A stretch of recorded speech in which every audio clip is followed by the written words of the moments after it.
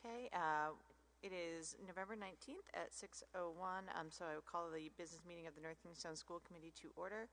The first item on the agenda is to go into executive session pursuant to RIGL 42464 for any discussion of job performance, character, or physical or mental health of a person or persons, provided that such person or persons affected shall have been notified in writing and advised that they may require the discussion to be held in open meeting, pursuant to RIGL 42465A1, supervisor of IT contract, certified employee A. Item number 2, sessions pertaining to potential litigation/legal advice and collective bargaining pursuant to RIGL 42465A2, NK/Jamestown High School tuition contract, NEA, NK MOA, and NK ESP negotiations. And then item number 3, discussions regarding the matter of security, included to but not limited to the deployment of security personnel or devices, RIGL 42465A3, discussion on school safety plans. Can I get a motion to go into executive? So moved. Second. Okay, all those in favor? Aye. Thank you.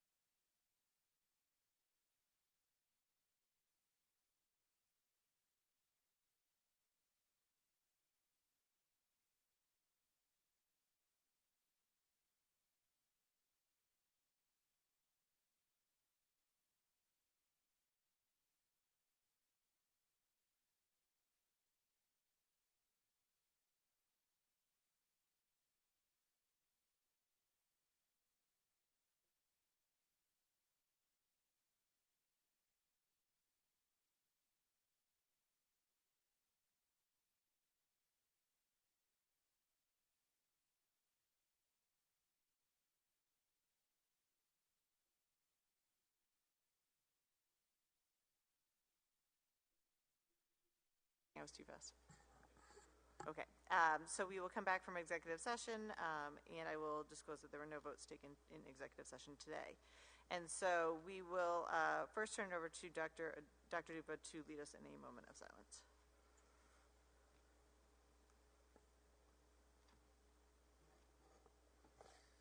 Thank you. So we do want to start this meeting with a moment of silence. It's very unfortunate, but we once again lost 2 staff members over the past 2 weeks. We would like to keep in our thoughts Mrs. Mary White, who was a teacher assistant at Quidnesset. Mrs. White was in the district for 30 years. Most of her time was spent at Quidnesset. I remember when I taught there, she was a teacher assistant there, and she was very dedicated to the community up until this current school year. In addition, we also lost Mr. Liedolf,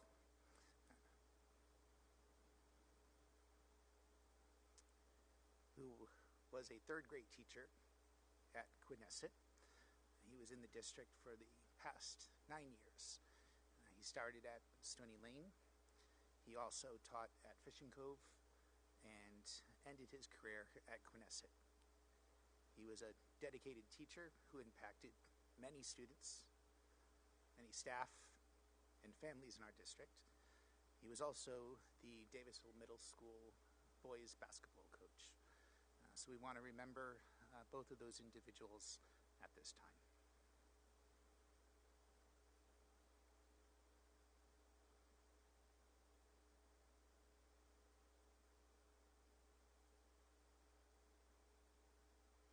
Thank you. And I just want to mention one more thing, just so everyone knows, there is a GoFundMe for Mr. Liedolf's family, and also to set up a, I think they're looking to do a scholarship. Student scholarship. You know, he always said he was blessed, and to have a blessed scholarship in his memory. So, thank you. Yeah, we can make sure to get that distributed as well. Thank you. So we'll move on to the Pledge of Allegiance.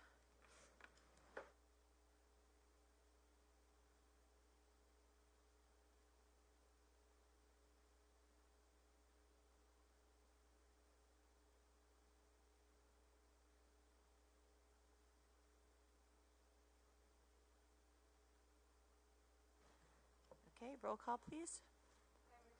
Here. Here.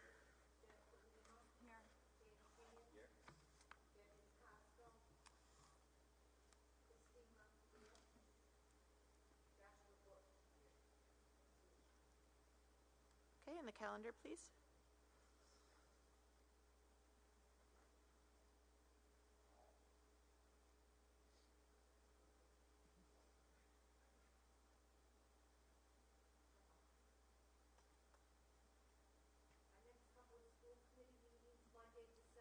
Joni, hold on 1 second. Chaz wants you to go on the microphone.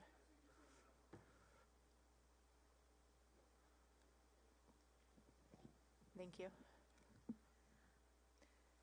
Our next couple of school committee meetings, we have Monday, December 2nd, 7 p.m. Central Office. That's our biennial meeting. Monday, December 16th, our joint budget meeting. That's at Town Hall Chambers at 80 Boston Neck Road. Tuesday, December 17th, 7 p.m. Central Office. Our subcommittee meetings, we have a DEI advisory on Wednesday, November 20th at 5:30 at Central Office. Our temporary advisory subcommittee on district discipline, Thursday, November 21st, 4:30 Central Office. Our next CELAC subcommittee meeting, Thursday, November 21st at 6:45 at Central Office. Our policy advisory subcommittee, Monday, November 25th at 4:30 at Central Office. Our health and wellness advisory subcommittee, December 4th, 4:30 Central Office. And our building advisory subcommittee, Wednesday, December 11th, 4:30 at Central Office. And we have school committee office hours Monday, November 18th at 6 p.m. Just a point of clarification, Joni, I believe the CELAC meeting for this Thursday has been moved to Davisville Academy due to the potential crowds that they're expecting due to the guest speaker, so just wanted to clarify that. It was originally at Central Office, but I think it got moved, is what I'm saying more clearly. Yeah, All right. Perfect. Yeah, No worries. you're right. I No actually worries. did that. It's okay. I just don't want people wandering around the north end. Thank you. Thank you so, so much. Okay, and the next item on the agenda is an exciting one. So we have presentations and recognitions. And today, the reason that we are at the high school is because we have the North Kingstown High School Community Service Club. And so I will turn it over to Dr. Duva to introduce, I believe, their advisor. Yes, so we want to welcome high school students who are part of the Community Service Club, along with Ms. Mason, who is the advisor. The North Kingstown High School Community Service Club has been dormant for a number of years, both prior and during COVID. Last year, it was resurrected as students felt the need to rise and give back to their community. So thank you. We're really impressed with the work you're doing and so happy for what you do. The students reorganized and hit the ground running. Their president and a few key members have come tonight to share what they have been up to, what work they're doing, how they're supporting the community, and they're really excited to let us know tonight how they're interacting with everyone. So thank you. You guys have a slide. Okay, we're going to move down Yeah, so you can see it. So we'll read it.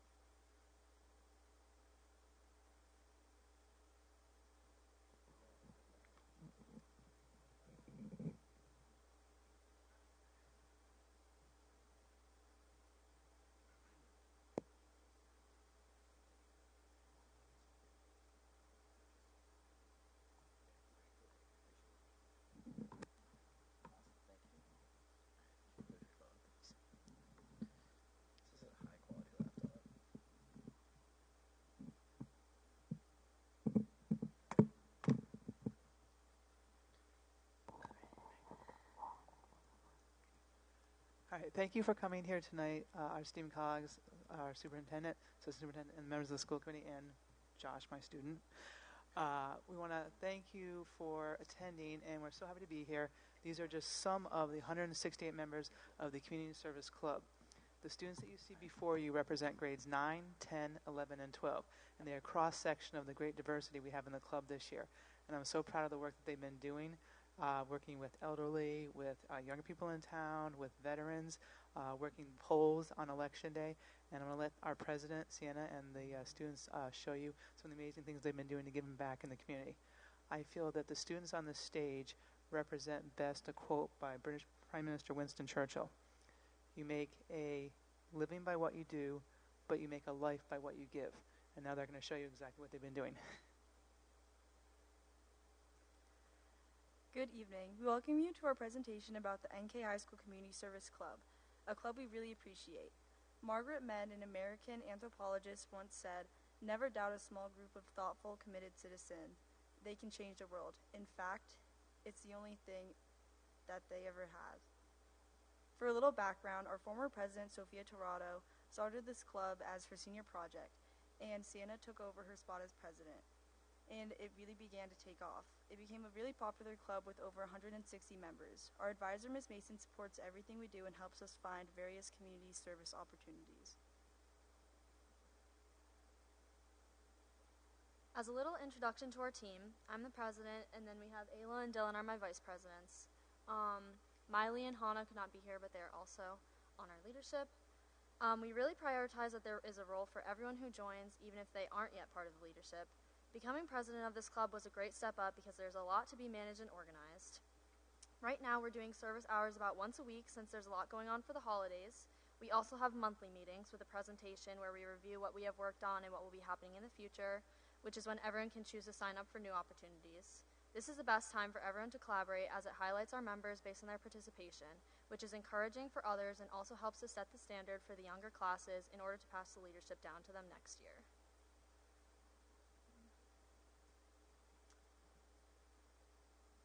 Here you can see that the participation has amplified for this school year. Our growth as a club has led to projects taking place more often and giving more available help for the community and the school. The message that we want to represent our club is the positive environment that occurs when we come together as a community and the benefits of working together. The increase of students in this club is really great because it shows how our message has been spread to so many people and what their reaction is to it. Every student in this club has become a better person and learned various life lessons through their services. We all can agree that Community Service Club has impacted us for the better during our time here at North Kingstown High School. Hi everyone. Like Sienna said, I'm Dylan, Vice President of the Community Service Club. On the slideshow up here, you can see the growth of the club that we experienced this year. It was very influential to the three of us especially because all three of us were with Sophia last year and we experienced how such a small club was able to get so many important things done in the community, and now with such a larger student population of the club, I believe that we can really get a good drive into more possibilities for this year and years to come. I wanted to share future goals that we have. First of all, a large % of our community service is limited to being held within school walls since it is a school club. Our future goal is to hold more events physically within the community of North Kingstown and even neighboring towns. Furthermore, we want to continue the growth we experienced this year into next year. We see that the majority of the club is upperclassmen, and we want to encourage more underclassmen to join in order to continue to grow for the future years. To piggyback on that, we'd also like to grow a more consistent attendance, as we do have 160 members plus in our club. Roughly 50 to 60 people attend each meeting, and we'd like to bump that up to anywhere from 100 to full attendance if possible. To continue, in order to fund more extensive projects and events, Sienna and I and Ayla have all been considering asking the school committee whether we could inaugurate some sort of funding for our club in order to supply the club with supplies such as, paint and paintbrushes and supplies like pumpkins. We did a pumpkin painting activity and we dropped them off at a nursing home. And even thinking farther into the future, maybe event spaces for the club if we were able to grow it to a substantial size necessary for so. But up until this point, mostly our president, Sienna, has been taking the money out of her own pocket to pay for those things. And we've also been borrowing from our own districts within our school, or departments, I mean. But all of those departments have their own limits to what they can give us, and it's been a tedious process to try to share. Like I said before, we aspire to share resources with bigger organizations in order to hold service events and spread our projects further across Rhode Island. And that is why this growth is really exciting to all of us.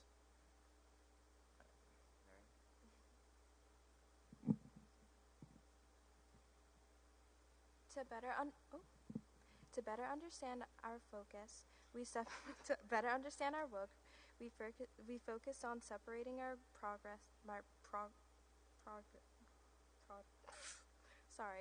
projects into events and groups. We host drives seasonally that mainly take place at North Kingstown. Our students separates into groups to organize each drive, like making flyers, visiting advisories to advertise, building a drop-off box during the club meeting. Then we try to get as many people to donate as possible. We've done plastic drives, food pantry drives, and animal shelter drives as well. For events, they are hosted by other organizations, and we get as many people to sign up and attend, like beach cleanups and assisting parades or helping the elderly with yard work.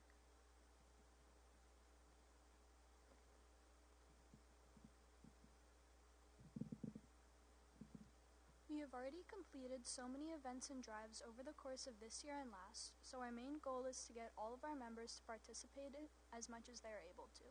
We also want to take as many different projects as we can fit into our schedule, so there is an opportunity for everyone to help our community as much as they can.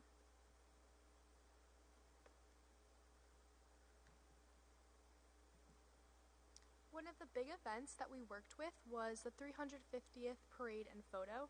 We love events that bring the town and community together, and this is one of the best examples of such. Our members organized every group that was going to be walking through the parade, and all of the people who showed up to be in the photo, meaning that we got to interact with so many different people from all over the town. This is a great chance to meet people and get community service hours that our students can later use for Honor Society and Leadership Club as well. Thank you all for giving us this opportunity to speak. We really appreciate it, and we really appreciate that you listen to what we have to say, and we hope you love this club as much as we do. Thank you.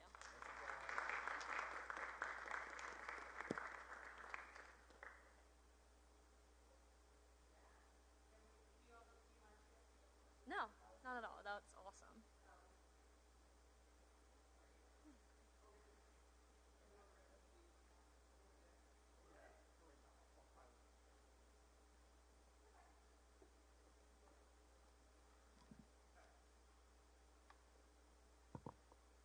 Is it on? Okay, I haven't stood here in a really long time. Hi.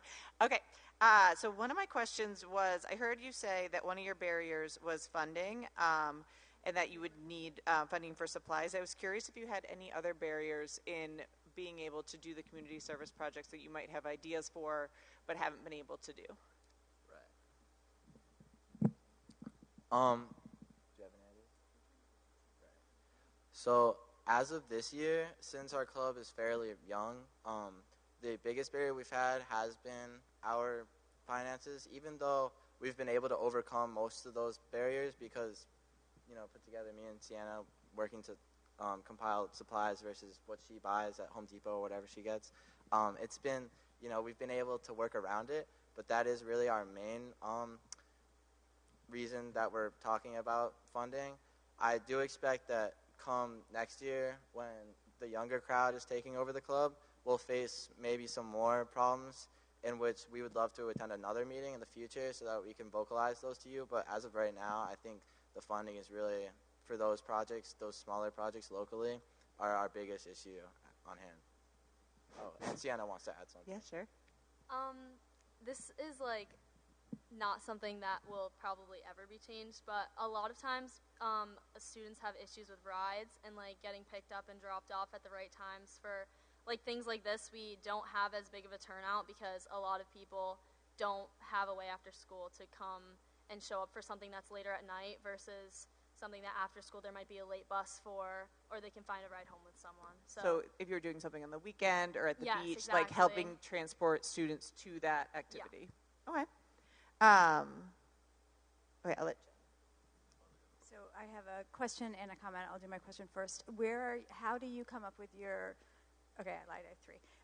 How do you come up with your ideas for the projects, and what's been the one that you have enjoyed the most?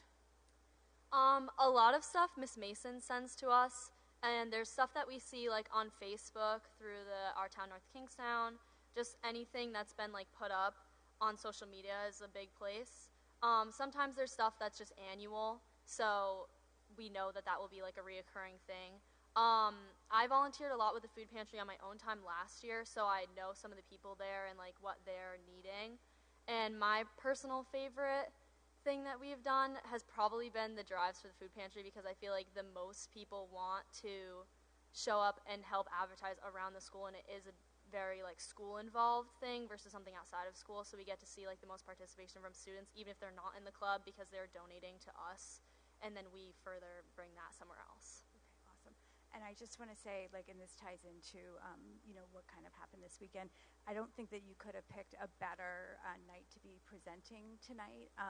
I just, last night at the town council, one of Mr. Liddell's closest friends and a fellow teacher in the community, she just spoke at the town council last night, and one of the things that she talked about was how he spoke to his students about how teaching them how to be of service to others and how they should be the change that they wanted to see, and how every time that they as a classroom came together and did something positive, they did a service act for others in the community. And I think that you all really embody that, and it just seems so fitting that you're here tonight talking about how you've done that out in the community, and I just think it's just karma, really, like that you're here tonight doing that, and thank you for doing everything that you're doing. Thank you. Hi, I don't have a question. I'm the Assistant Superintendent, Mr. Mezzanotte. I just want to thank you all for being here tonight, for presenting. I just want to say this, that I would love to attend a meeting if that's okay. Like, if you have a meeting coming up, I'd love if you wouldn't mind, like, just letting me know. I'd love to see if I can obviously make it work in my schedule, but I'd love to attend a meeting in our near future so we can discuss specific projects that you have in mind and ways that we can work together and ways that we can offer help, okay? Our next meeting is December 4th. We had one today, so that is planned. It is right after school, so school ends at 1:40, and we'll probably be in there by like 1:45. And that is in Miss Mason's room? Yes, Okay. 317. All right, thank you so much. That was perfect. No, I don't have any questions. I actually have a club at school. I teach at Warwick, and it's called Civic Minds with Heart, and we're doing something out for Thanksgiving. Very similar-minded to what you're doing here. I just want to commend you all because this is really what makes community is reaching out, caring for others, and really making a difference in this community that we love. Thank you. Thank you. No, I'll just reiterate that and say thank you to you guys for resurrecting this club. I think it's very important. I think the fact that we care about our fellow humans is a very important thing to show and demonstrate in our community, and you guys are doing that beautifully, so thank you.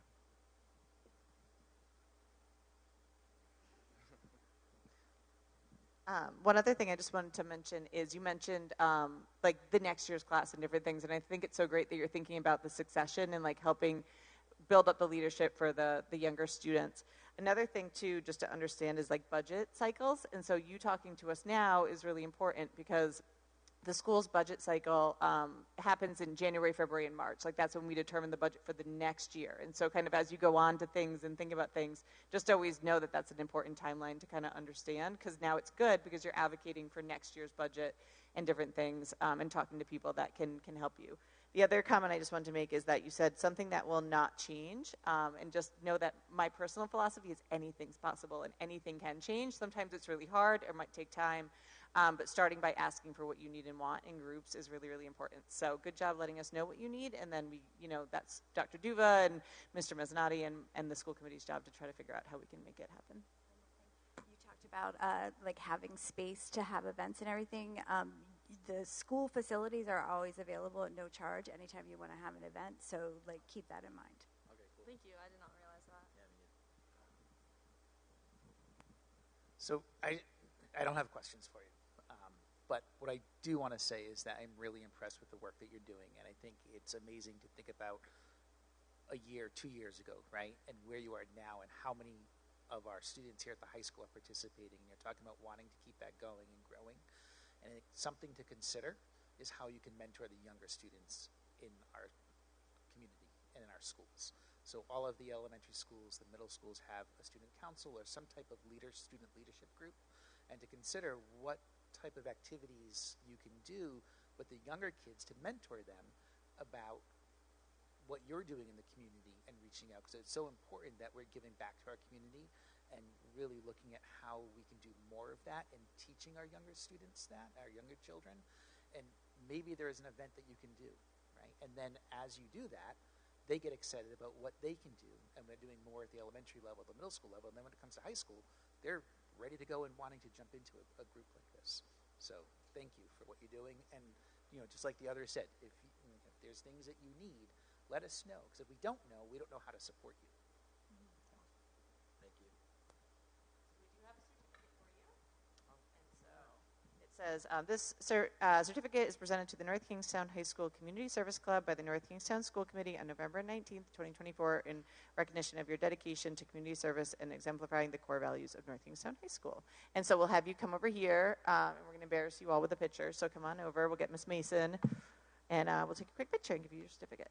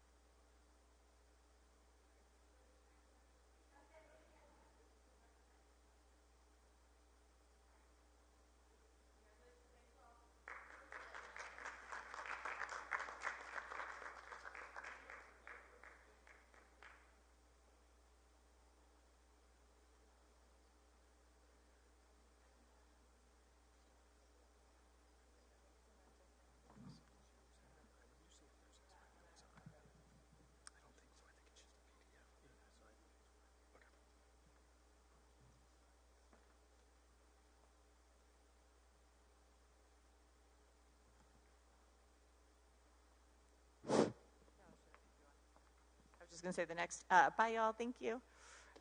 The next item on the agenda is the 2024 state assessment results, and so we're going to stay down here and have Mr. Mezzanotte present.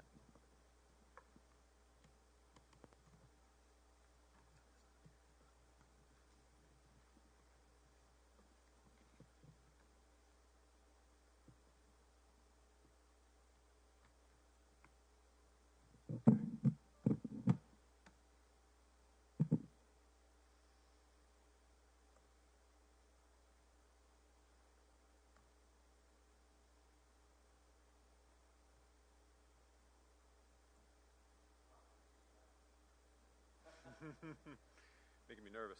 It's already a tough act to follow I got here, you know?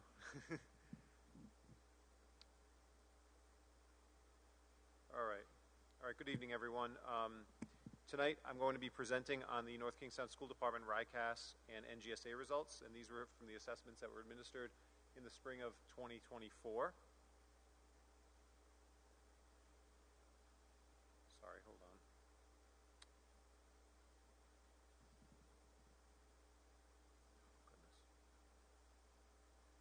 I'm sorry, hold on one second.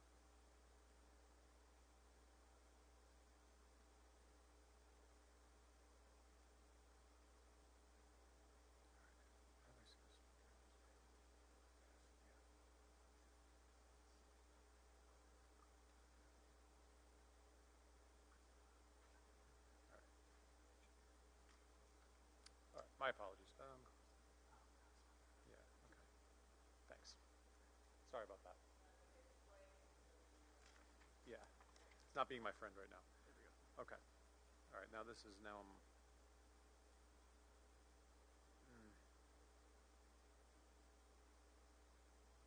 right, we'll just do it this way. All right, I'm sorry. Sorry for the delay. Okay, so here we are. We're going to start with the RICAS math district comparison. So we compared ourselves here to similar district demographics. So this here you can see is the percentage of students who are meeting or exceeding expectations in similar district demographics.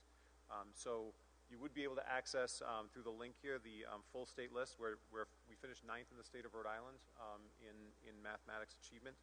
And we're still edging out some of the neighboring districts that have similar size to us. So as you can see there is our performance, and in parentheses is the performance relative to the year prior.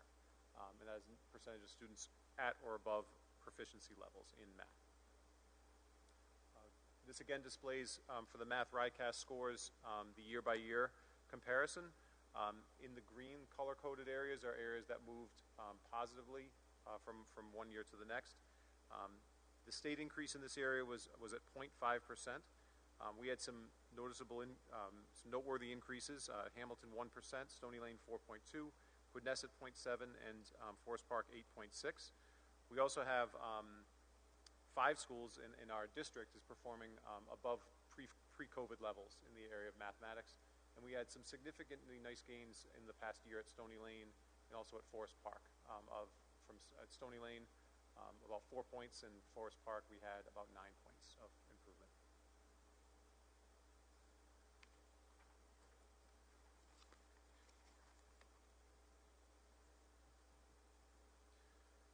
This is a graph showing our performance by grade level in the area of math. So the bar to the left is the state performance, and the bar to the right, the darker shaded bar, is the North Kingstown performance. So you can see kind of the trend lines there. Obviously, there's a clear need or focus in grades 6 and 7. We saw a little bit of a dip there. It should be noted that grade 6 did struggle statewide. There was a considerable dip there that happened. Again, the reasons for that can be many, but it did sort of keep with trends that the state saw at that grade level. And we're also seeing kind of a new, little concerning decline in 5th grade that we're going to look at a little more closely. One of the things that we have put in place that is happening very soon in the near future is our interventionists who are working in grades 4 through 8, so we're talking about upper elementary into middle school, are going to be going to some cohort training in the area of mathematical instructional strategies. So that's happening in early December. That's our team of instructional interventionists at our elementary schools and middle school as well. So this is our cohort analysis. So you can see here the color codes follow the cohort of students as they progress through the grade levels, the area of math, and their performance levels. So we saw an increase in a few grade levels here, including grade 8 and grade 4. But we did see a decrease in some of the other grade levels, grades 6, 7, and 5, 6, and 7. The highlights here, we saw an 8-point increase in the grade 8 cohort at Davisville Middle School. We also saw a 7-point increase in the grade 4 cohort at Fishing Cove, and we saw a 13-point increase in the grade 4 cohort at Forest Park. We saw a 13-point increase also in the grade 4 cohort at Quidnesset, and a 5-point increase in the grade 4 cohort at Stony Lane. So we had some impressive results there in the grade 4 math performance in our district. But as you can see, we have areas that we of course need to pay attention to as well, specifically the upper elementary grades and the middle schools.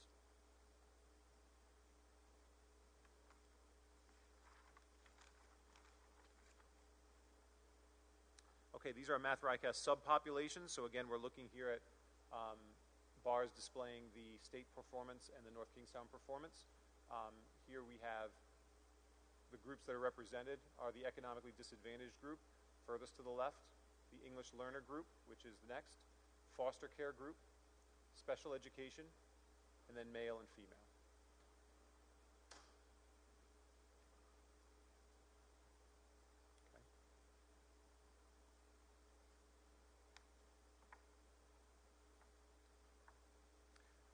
This is a chart we wanted to add this year because it ties directly to our district strategic plan in the area of special education students percent meeting or exceeding in math. So again, what we see here is that we're seeing drops, but we also want to acknowledge that there are 4 out of our 5 elementary schools are above their pre-COVID levels in terms of performance. Again, the focus here is pretty consistent with the overall performance in that we want to pay some close attention to our upper elementary and middle school math instruction curriculum.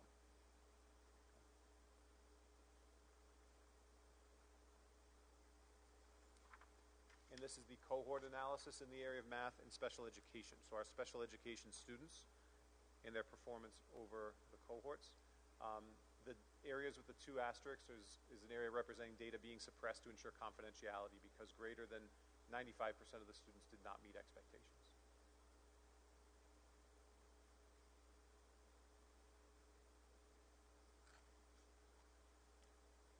Here's our math performance spaced out by race and ethnicity. Okay. So again, we have here the state performance in the light blue bar to the left, the NK performance in the dark blue bar. So going left to right on the screen, we have our Asian students, Black or African American, Hispanic or Latino, 2 or more races, and white. Okay. Also be noted that we have 8 students in grade 3 through 8 who identify as American Indian / Alaska Native, but we do not have data on their performance because the figure was too small to report.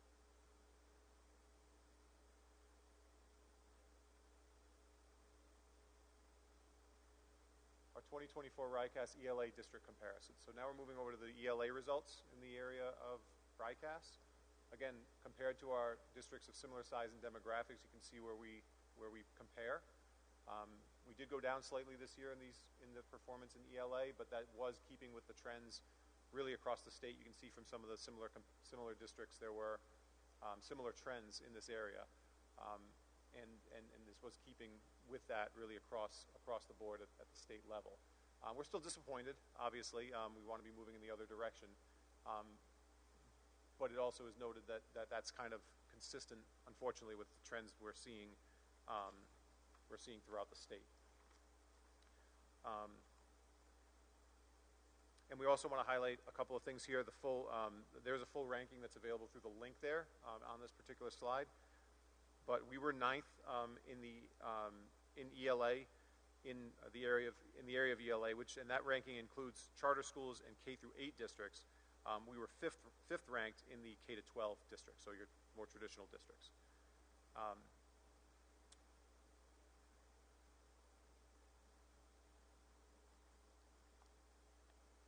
Okay, so this again is our display of our ELA trends for year over year. So this represents a very concerning picture into our trends, but I do want to add some nuance and context to this because that I think is relevant when it comes to looking at these scores. We spent a lot of time unpacking these scores and looking really deeply at the performance of our students, and I think this is really worth noting. We dove into the scaled score, which basically is the score that determines proficiency. The scaled score for proficiency for this test is 500. We had 61 students score 499 and 33 students score 498. So if you actually add up those two numbers, if those students would have improved just a little bit in terms of their overall performance at 2 scale score points, that would have brought our total to 94 total students, which would have increased our proficiency by 6%. The reason I say that is because it is concerning when you see the dips going the other way. However, when you look deeper at the data, we're very close to going the other way. We have a lot of students who are really right on that barrier. And I know I can see your look, Dr. O, but it's real though. It's real. There's a lot of students who really are very, very close that we're seeing that are really close to that line, and it's kind of like which way they fell. We had more fall kind of on the wrong side this year, but we're hopeful, and we're more than hopeful. We're confident based on some of the things that we're doing, some of the actions we're taking, that we're going to see a significant growth in this area moving forward. I'm going to kind of illustrate that a little bit in just a moment. I want to point this out too. Diving into the ELA scores, there's 3 components to the ELA test. Okay, there's a reading component, a language component, and a writing component. Right? We're very consistent in the reading and language performance in terms of where we stand. We're pretty consistently strong in those areas. Writing is the area where we can do better.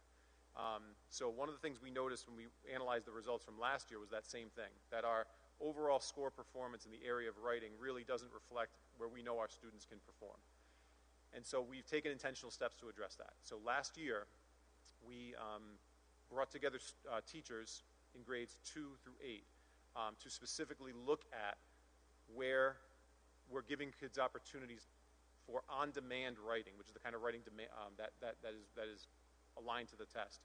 So where we're giving students opportunities in the curriculum to make this happen, and where we're giving them intentional feedback and instruction on the type of writing that they're asked to do. And again, it's not writing that's just specific for RICAS, it's good writing.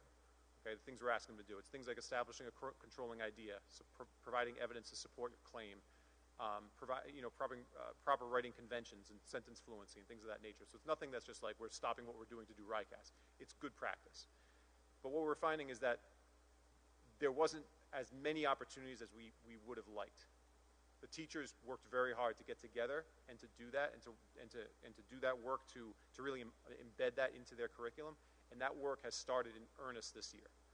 So unfortunately, the work that we did last year wouldn't be reflected in these scores because it would have been done after the test had been taken already. But heading into this year, we do feel confident that we are going to be more intentionally and strategically focused on the area where we feel we're not measuring up to what we should be, which is the area of writing. Okay? So I just want to provide that context because I know that the results here, the way they turn out certainly are not in line with what we hoped. Okay, again, here we have our grade level performance in the area of ELA RICAS. Again, you can see the trends. All right, we want to note that the 2 grade levels at the end, the grade 3 and the grade 8 students performed very well, and so we're pleased to see that. So again, that's one of those things that is a focus. And again, one of the things that should be noted, just to kind of illustrate my last point. So in grades 3 and 4, the writing is only a smaller part of the overall score. In grades 5 and 6, it jumps up, and then in grades 7 and 8, it jumps up again in terms of the percentage of the writing tasks or that make up the overall score of the test. Okay.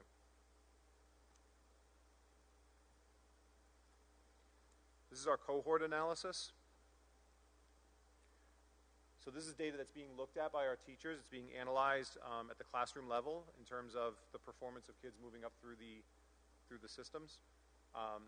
Again, I want to just point this out here. In 5th grade, we dug deeply into this data. In 5th grade, we had 27 students who scored either a 498 or a 499 on the scale score. That would make a remarkable change. It would make a 10% shift in the overall proficiency if those were to move over. Okay, so we do again see those trends of students being very close to being at the line of proficiency and falling just short. So that gives us a good feeling heading into this year's testing year that we have students who are very close. Sure.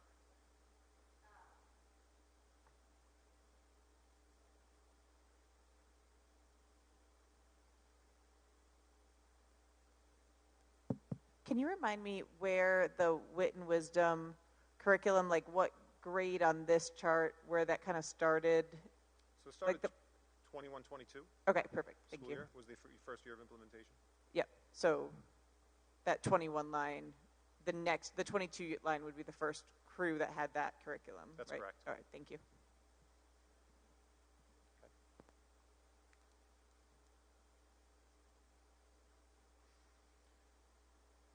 Okay, again, this is our subpopulations data. As you can see, moving left to right again, we have economically disadvantaged students, followed by English learners, followed by foster care students, special education, and then male-female. Special education achievement gaps were cited as an area of need in our district report card, and it is also an area within our strategic plan, so it's an area that certainly needs a lot of attention and focus. So the area of foster care is obviously a concern of ours. It's the only area where we were tested this year where we lagged behind the state. Those 11 students are definitely worthy of very close attention in looking at why those results did shake out the way they did. And so we're going to be looking at taking a deep dive into students in these subpopulations and also our special education students to look at goals and service time and service delivery to make sure we're being as efficient and effective as possible. Again, this is our special education performance in the area of ELA. Okay, similar to before in terms of the trends you see color-coded. Okay, again, consistent with what we've seen in terms of our ELA performance, where we have a lot of room for growth.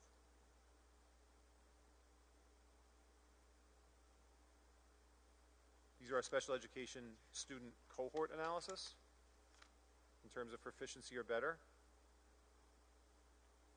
on the RICAS ELA.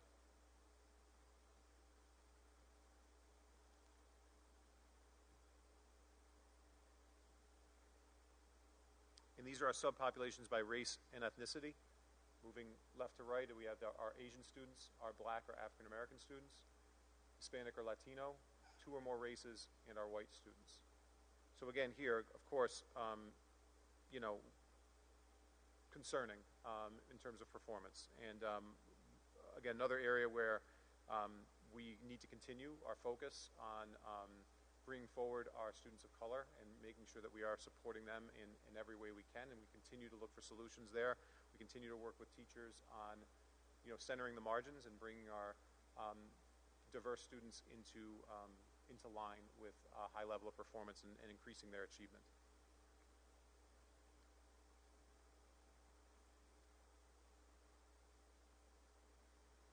All right, our final area is NGSA, which is our science test. Science is a little bit different than the other two. It's tested in grades 5, 8, and 11 rather than 3 through 8. So you can see our performance there relative to the other districts of similar size in the area of science.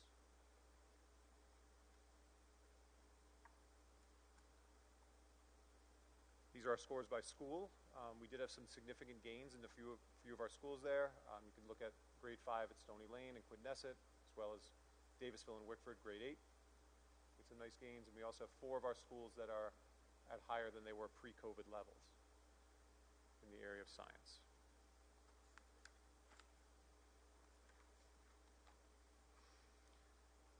Our subpopulation scores in science.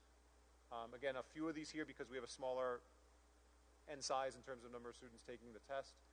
Some of them couldn't be reported due to confidentiality concerns with minimum number of reporting on a few of these. But again, moving left to right, our economically disadvantaged students, our English learners, foster care, special education, male and female.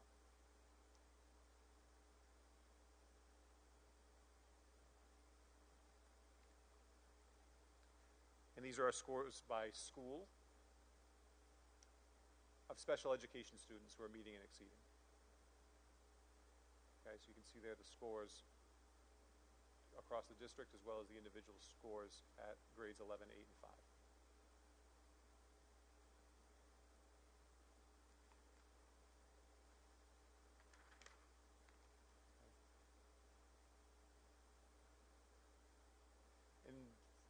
In the NGSA scores by race and ethnicity, you can see here, again, some categories are suppressed to ensure confidentiality, but moving left to right, American Indian or Alaskan Native, Asian students, Black or African American, Hispanic or Latino, 2 or more races, and our white students.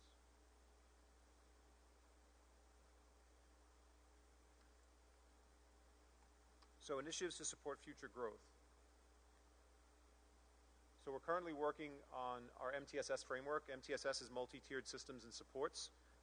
The purpose of that work is to have a very comprehensive and efficient process to identify students who need extra supports academically and in some cases behaviorally to get on track and to perform at a high level.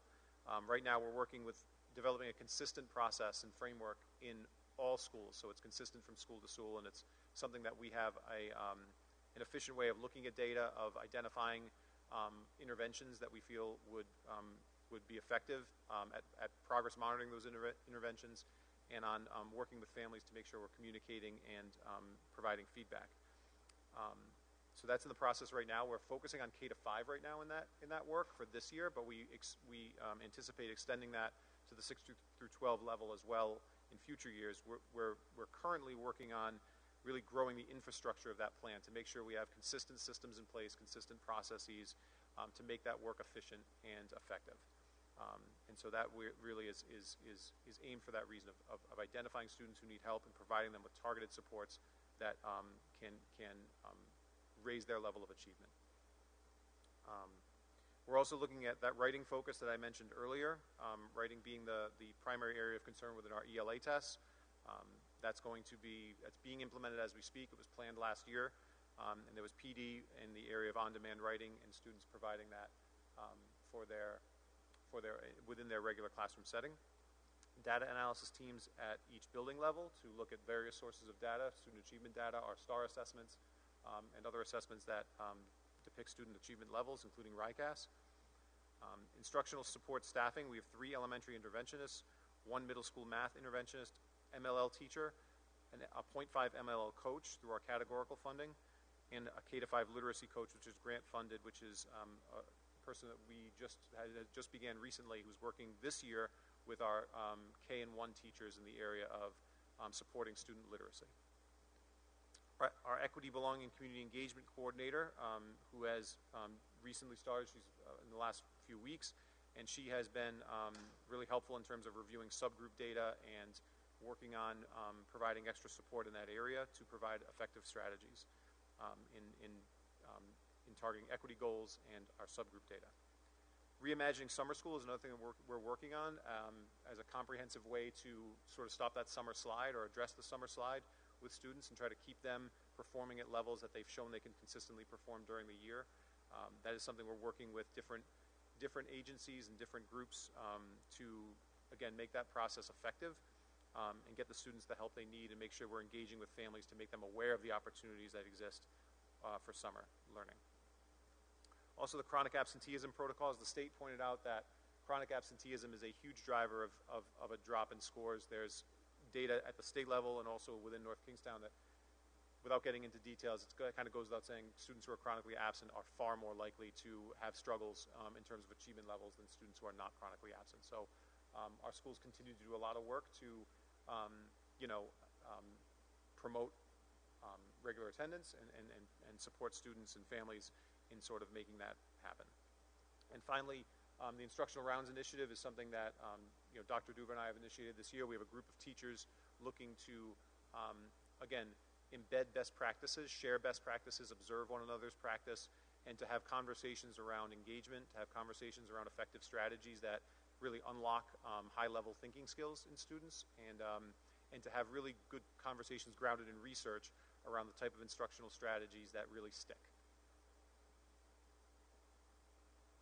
This illustrates my point about the chronic absenteeism, just to give you a little data behind this. So for students who are not chronically absent, and this is in North Kingstown, in RICAS ELA, we had 54.8% who are not chronically absent meeting or exceeding expectations in RICAS ELA, and 45.2% not meeting. For chronically absent students, it was 27.7% meeting and 72.3% not meeting, and that was in ELA. In math, not chronically absent was 58.4 meeting, 41.6 not meeting, and for chronically absent, it was 25.6 meeting and 74.4 not meeting. So again, we can see the obvious correlation there. Okay, so that concludes my presentation, and I'm happy to answer any questions.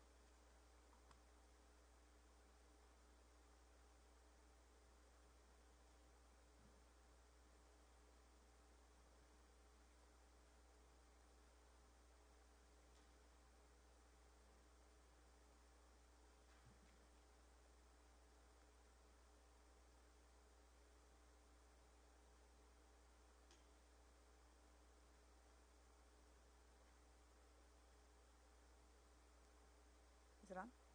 Okay, thank you. Thank you for going through this. I am pleased to see some of the positives in here. That's good. I appreciate that. I note last year in that summary comparison for the math and the English and the district-to-district comparison, Jamestown was one of the reference districts. This year it wasn't. Do you know what the reason for that is? They're not a comparable district in terms of size. I think we just wanted to keep it to comparable. Yeah, I was surprised to see it last year, so... Just a note on that, Jamestown students often do become North Kingstown students, so that's, I think, one of the reasons for the elementary and middle school that we look at it, but I understand the comparable part. Okay, yeah, we can get that for you if you... No, it's just, it was all of a sudden appeared last year, and then it's gone this year. I just wondered. Yeah, I can't... It doesn't make a difference to me. I just like to see it consistent from year to year, so if it's gone now, let's have it be gone, right? So, yeah. Okay, yeah. that's fine. For the math district scores, 4 out of our 8 schools went down this year versus 2 from last year, which is like a doubled, right? The number of schools that went down. So sorry, let me just find that slide here. Yep. So there seems to be a downward trend in general, and like all of our schools went down for ELA scores. And I recognize that's a trend across the state. It's not unique to North Kingstown, but we're definitely not trending in the correct. And I don't want to use the term correct. And I heard you pointing out that we were just on the cusp for some of the students, and I just want to kind of correct the mind shift about the students were just so close to being correct, because the students aren't wrong, right? Yeah. I mean, I recognize we're all focused on test scores, but the students are where they are, right? And it's not right or wrong, so I just want to kind of point that out. I appreciate that. Okay. I do want to recognize that while the subgroup data by demographics is still pretty bad, there was an improvement, and that's the first year that we've had improvement in multiple years. So that is a win. Like, that's great, and I'm really glad to see that, and I hope that continues in a positive trend. But I am concerned that the ELA scores are continuing to go in the wrong direction, and I have to ask the question, like, it has been on a downward trend since we have implemented the new curriculum. And so is there a correlation there? And how are other schools who have implemented that same curriculum faring with it themselves? Have we looked into that at all? So we've had conversations. I haven't looked into it from a standpoint of really digging into the data with other schools that use Wit and Wisdom. New curriculum is always an adjustment. I wouldn't go so far as to say it's fully a curriculum problem. I don't believe that. I don't. I think that there was, and we had a lot of conversations with teachers about this in terms of just where the scores lined up with what the curriculum focuses on, and the writing piece really came through strongly, as this is an area that needs more attention. And I do remember that coming up at the end of last year, right? And I do remember like that specifically being called out, and specifically that there are going to be measures put into place to address it. And so there was none of that reflected a year later. And so was it that we did not actually put the implementation into place last year when that was identified? What happened was last year, so when we received the scores last year, in order to get the process moving of doing what we had to do, the PD we put into place came about a little later in the year. So we really didn't have the time to this makes sense. The teachers have to plan what they're going to do before they do it. So last year was really the planning year where they came together and they collaborated professionally to come up with these on-demand writing tasks that were aligned to the curriculum, that fit within the curriculum. We don't want to do this the fast way. We want to do it the right way. So the reality was doing it last year in time to get kids ready for these tests it was wasn't not implemented possible. in time. Correct. So this would be, next year would be the Correct. year. Okay. Correct. So I guess my question would be, right, and I know RICAS only comes once a year, so are we just going to kind of cross our fingers and hope, like, for the next year, or is there a way to have, like, a benchmark in between that we can see whether any of these strategies are working? Because I'll be honest, a lot of these strategies are the same strategies that have been shown for the past 4 years, and there have not been any measurable improvements. So I'm kind of concerned that we're going to be sitting here a year from now having the same conversation. Completely understood. I will say the writing initiative is new.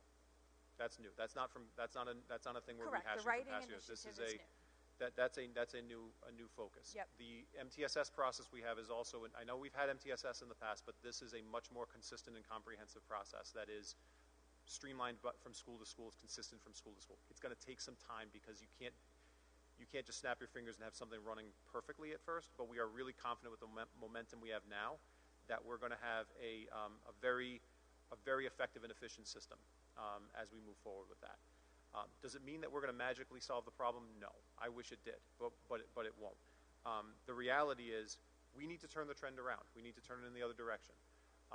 We feel in the ELA piece, we really do feel like it's clear when you look at the data, when you look at the 3 areas of that test. We are really consistent in 2 areas. We are consistent about what North Kingstown kids, how we perform. The writing does not reflect us. It doesn't reflect us. So I agree with you in terms of it's not the kids. It's not the kids. Our kids are fantastic, and I personally observed them taking this test and how hard they worked on it. So I'm really proud of that. I'm really proud of the teachers and what they did to get the kids motivated to do their best in the test. So I should have added that. I want to add it now. I am very proud of what they did to make this happen. The reality is we've identified a gap. We've identified a trend. The scores that we're seeing specifically in that area of writing are just not consistent with what we know our kids can do. And so we're taking explicit steps to try to address it. And our teachers are doing that, and they're working really hard. And I believe in our kids. I believe that's going to come through. Okay. One last thing. The special ed scores, there's definitely, they went down in every single school and in every single, almost every single one and in every single thing. And that's concerning. What is the plan to address that? So we're seeing the trend we're seeing in special ed is that as kids are moving up in grade levels, their proficiency rates are going down. So we're looking at, and we're going to work with our student services staff on looking at how we are aligning student plans, aligning student goals to the kind of challenges that they're going to be facing as they move up the grade levels, right? Because we are seeing that the proficiency levels of kids in grades 3, 4, 5 are better, and then as they start to approach middle school and get into middle school is where we're seeing the problems take place. So we're looking at that as a continuum. What kind of supports are we offering at the upper elementary and middle school levels for students who receive special ed services? How are we making sure that we are providing them with the kind of specialized instruction that is addressing them on a personal level? It's not just everybody has the same. How are we really getting down to that level in terms of our meeting times, our planning, our service delivery, our goal setting? These are conversations that I think we really need to unpack, and I know we will. I know Dr. Santa is very invested in this as well. Okay. Is there some type of without scores, like some type of update or check-in that the administration can come back to the school committee with prior to next year, just with, I understand there won't be scores or data, but just some type of, like, this is what we're hearing, this is what we're feeling type of thing? Do you mean for all students, or are you talking specifically for special ed? No, just like a general, okay. Yeah, we can think of something. Okay. Yep. Thank you so much for this, Rob. And I do want to also note, although the scores, like when you're seeing scores like 50% and different things, that, you know, like as a competitive person and as an educator, you don't want that. But in comparison to 30, 40, like I just want to acknowledge that, like, we are doing well on the test with our district. And so that's another piece that I think is, the numbers are really tricky in my brain for that. But like when you compare it to the state, I think that's an important part to note as well for the hard work that the students and the teachers are doing. One of the points that I was curious about for the special education students are, what accommodations does RICAS allow for students when taking these tests? Is that kind of what you were talking about with like their individual education plans and whatnot? Because I know that they are multi-day, back-to-back, long, and probably, you know, maybe not conducive for any student, but particularly students that maybe have issues with attention or things like that. I was curious, like what is allowable and what are we doing to accommodate those students' needs? Great question, and the answer. So generally, the answer is yes. We do provide accommodations pursuant to a student's IEP and their individual goals, such as extra time, private spaces, breaks, more frequent breaks, things of that nature. But that being said, it's a difficult test. It's a difficult test. And if you see even some of our, I mean, we're a high-performing district. Even some other high-performing districts like us, there's still a lot of kids who fall into that range of not proficient. It's a very challenging test, and it's a challenging test from what you're describing, which is the stamina required for it, but also the way the test is taken. It's a different type of way of taking a test that kids are used to, with it being on a computer, with it being you know, something where they're reading. And not that they don't look at a computer, obviously, at school, but the type of test they take is usually in a very different format than what they see on the RICAS. That's an adjustment for kids. It is. It's a reality. I know for sure it factors into the scores. It factors in everywhere, not just North Kingstown. But yeah, there's always our special educators. Always work to make sure that students are receiving the appropriate accommodations per their IEP and per their needs. Oh, I know that. I just meant like beyond just the consideration of what that looks like. Yeah, do you want to? So just, you know, the other thing to note regarding the accommodations that are allowable through the state testing are also the same accommodations those students get throughout the year. Right? So you can't provide something different for the state assessment from what they're not getting during the year. So, you know, they're accustomed to what those accommodations may be, because you have to state in the IEP that what they're getting is also what they may be getting on local assessments as well. Other questions from the committee? James, Rob?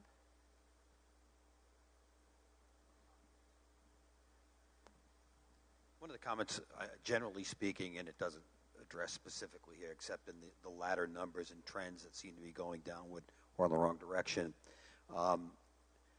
COVID was obviously a horrific time in teaching. Teaching online, remote learning, whatever you want to call it. It really damaged the kids in terms, they lost so much time. Now that's going to affect us going beyond, but there were a lot of, let's just say, informal accommodations. I'm not talking about a 504 or an IEP. I'm talking about a lot of, not just scaffolding, because that's a positive, I think, but there are a lot of things that would kind of simplify the work to get the kids through. And, of course, they weren't used to being challenged. They would just Google everything.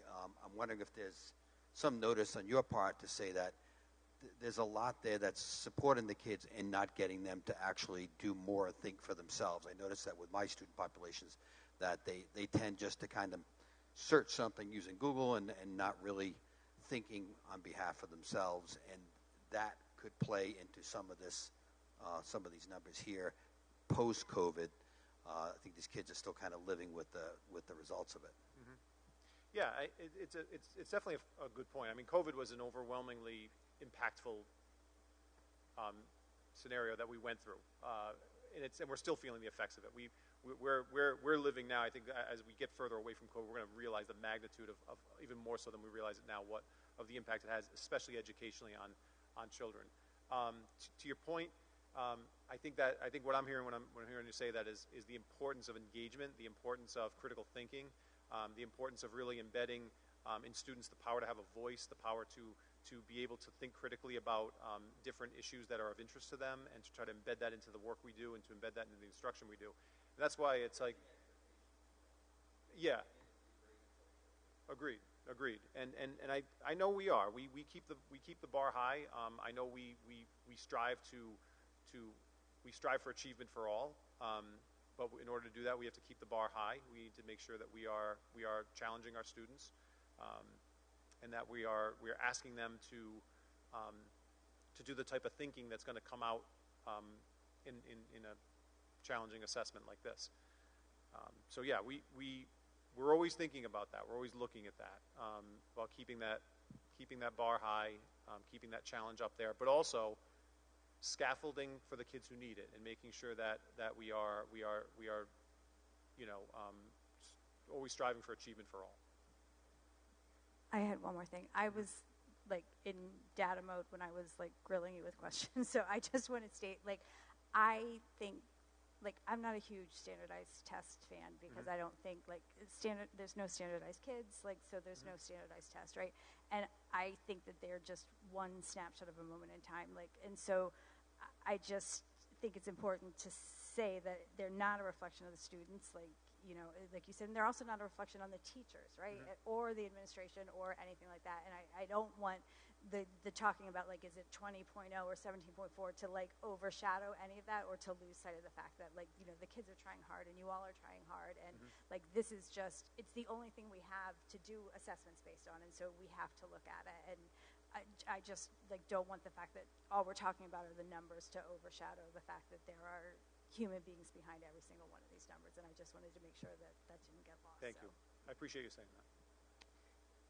Yep, hold on a second. I just wanted to say, you know, I think with the conversations from last year going into this year, with the ESSER fund not existing anymore and having to think about what we needed, like, the biggest thing when I'm looking at numbers like this is making sure that, you know, the teachers and the administrators, like, that this comes through in the budget of what we might need. Because, like, again, we know that this is what Jen just said, right? Snapshot in time, whatever. But what I'm most concerned about is the learning that the students are having, and where we need additional supports, and how. Like, I know we have the 3 elementary interventionists, but we have 5 elementary schools, right? So that means they're split and whatnot. And so I think just trying to use this data to help inform what we might need. And even though we might see some increases in the RICAS data now, we're not going to know that before the budget cycle. So I think we just have to use these numbers as our base of kind of, hey, what are we hearing from the educators, and what do you all need? And that's what I'm most curious about, and what we can do to impact not the numbers, but the learning that the students need and what they most need. So that's what I'll be interested for budget season. Agreed. I always think that you could probably realize a good boost in all of your scores across the board at a certain age, maybe 5th, 6th, 7th, 8th grade, if we could work with the cell phone issue. Like, you know, the programs they've had it, like, they put them in pouches. There's ways of getting around some of the concerns and helping address the concerns, I should say, of parents. But I think it's not just, you know, that they have phones. It's that their minds are distracted by the phones and always anticipating. So they're really, the mindset is outside of the curriculum and the present lesson before them. I think that would be a boost. I don't know if there's an appetite either to try to factor in some type of score that factors into a student's overall average. I know that may not be popular, but, you know, I know just working with students in testing, if it doesn't count, it's a throwaway. And I'm going to be very blunt about that if it doesn't count against them in any way, it won't hurt their grade. They can just go down the line and fill in the bubbles, and it doesn't matter, but then it matters to everybody else. But maybe if they had a stake, and it could just be a small stake, just something to get them a little motivated. Other districts, I think, they're sufficiently self-motivated, or, you know, it's a mark of pride, or whatever it may be, that they are self-motivated, whereas there are a number of students that just think of it as just kind of something they just have to do and get it over with. Thank you. Yep. Anything else on the RICAS presentation for today? Bob, you good? You good? You sure? Okay. Okay. Thank you so much. No, thank you.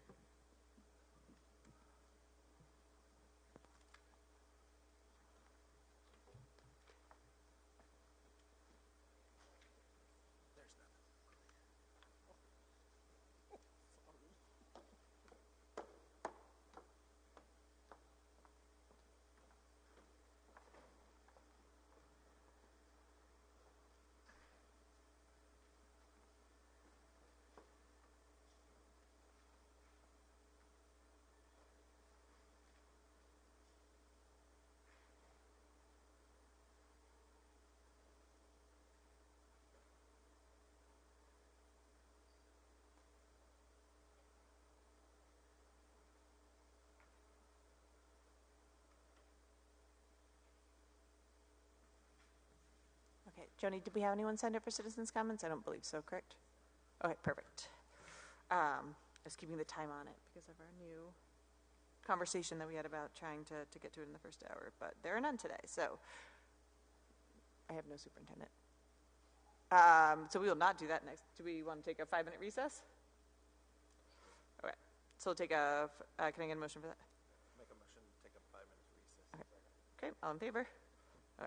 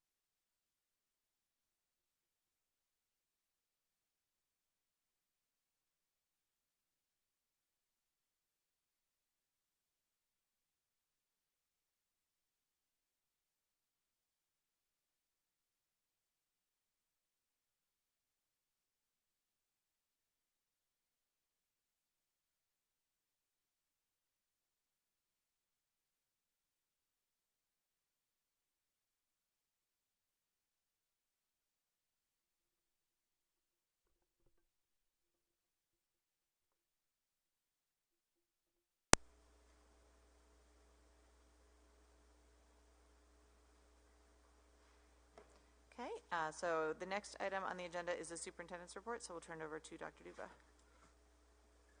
Thank you very much. So a few items to go over. First, I want to, I know we put a letter out, in the paper and to our community, but also just at this moment wanted to show our appreciation to the community for passing the school bond. I think, that shows that the community does trust us in the work that we're doing, as well as the investment in the future for our students, their education, as well as the facilities. So we're really excited to move forward with that and want to thank everyone for the approval of the bond. I have some district highlights. Right now, this kind of matches along with the community service work that our high school students are doing. Across the district, students and staff are collecting donations, non-perishables for the food pantry right now for Thanksgiving. Every school has a different item that they're collecting, and they're doing a really good job doing that. We want to thank them for that work. At Quidnesset, they had a turkey trot food drive the other day, and they went out into the neighborhoods. They got the neighborhood involved. People the neighbors knew what they were collecting, and the students went out, collected those goods, and all that is being used for the school and going back to the food pantry. In honors of Veterans Day, we had students making cards for the veterans and sending them to the homes, the veterans' homes. Also, there was a Pink Out Day that we did across the district, and Quidnesset is sharing that at their school.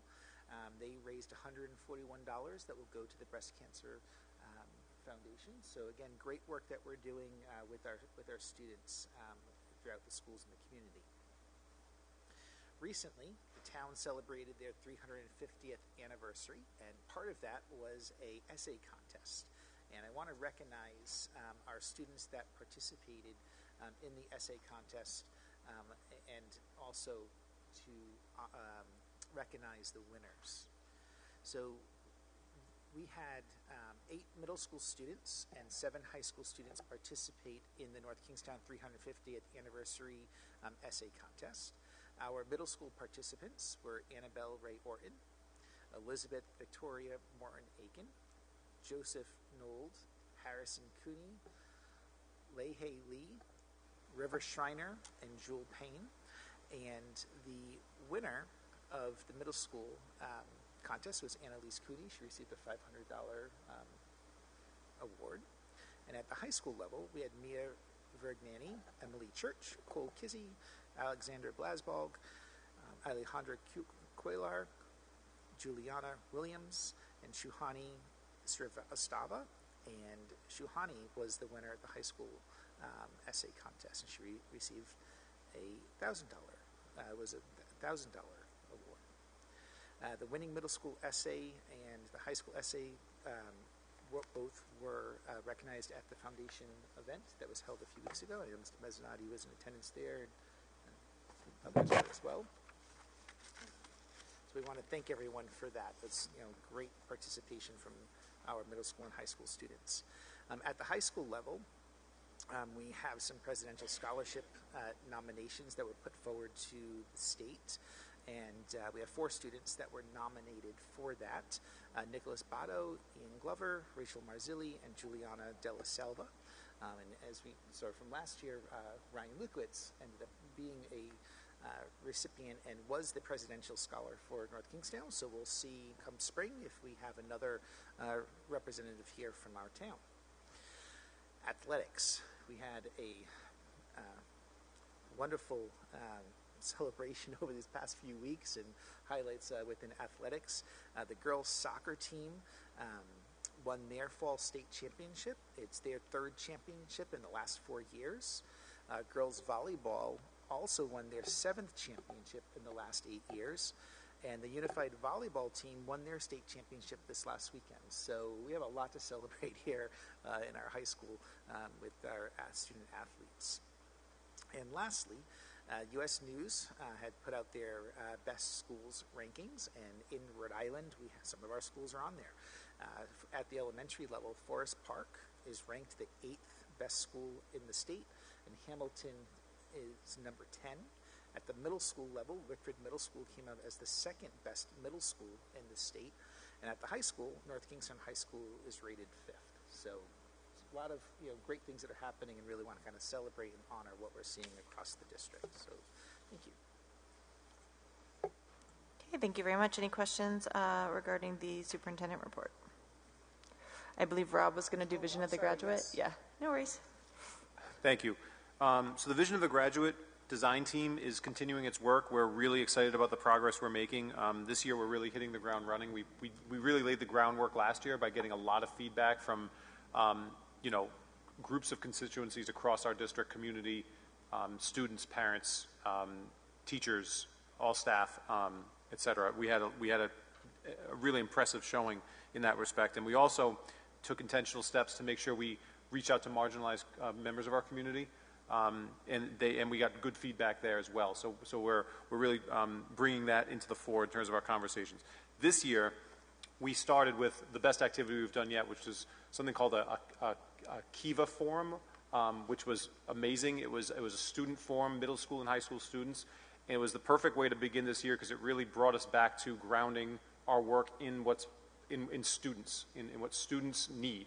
And so they shared with us experience they've had of students, positive experience, learning experiences, and they also talked about some of the things that we could do better, and some of the things that they think could be improved. It was a remarkable experience, and it was something that was a great launching off point for this year in our work. We are on the track to identify our essential skills that we are saying that are really the non-negotiable skills, if you will, the transferable skills that students are taking with them when they leave us. And we're working on getting to that point. We're going to be doing a little focus group effort, but we anticipate having those skills ready to go by around mid-year. And from there, we will move to, once we identify them, we will move towards tracking them and showing progression modules really through the grades, or learning progressions, I should say, through the grades from kindergarten up through 12th grade. So it's very exciting work. It's going great. We have great student representation. They are honestly leading the work in most respects. They are very vocal. They are very enthusiastic. And we have a great group of people who are doing a great job. Great. Thank you so much. Any questions regarding anything that Dr. Duva covered or Mr. Mezzanotte? Okay, great. And so we'll move on to the chairperson report. And so this is on because we just had an election, as Dr. Duva said.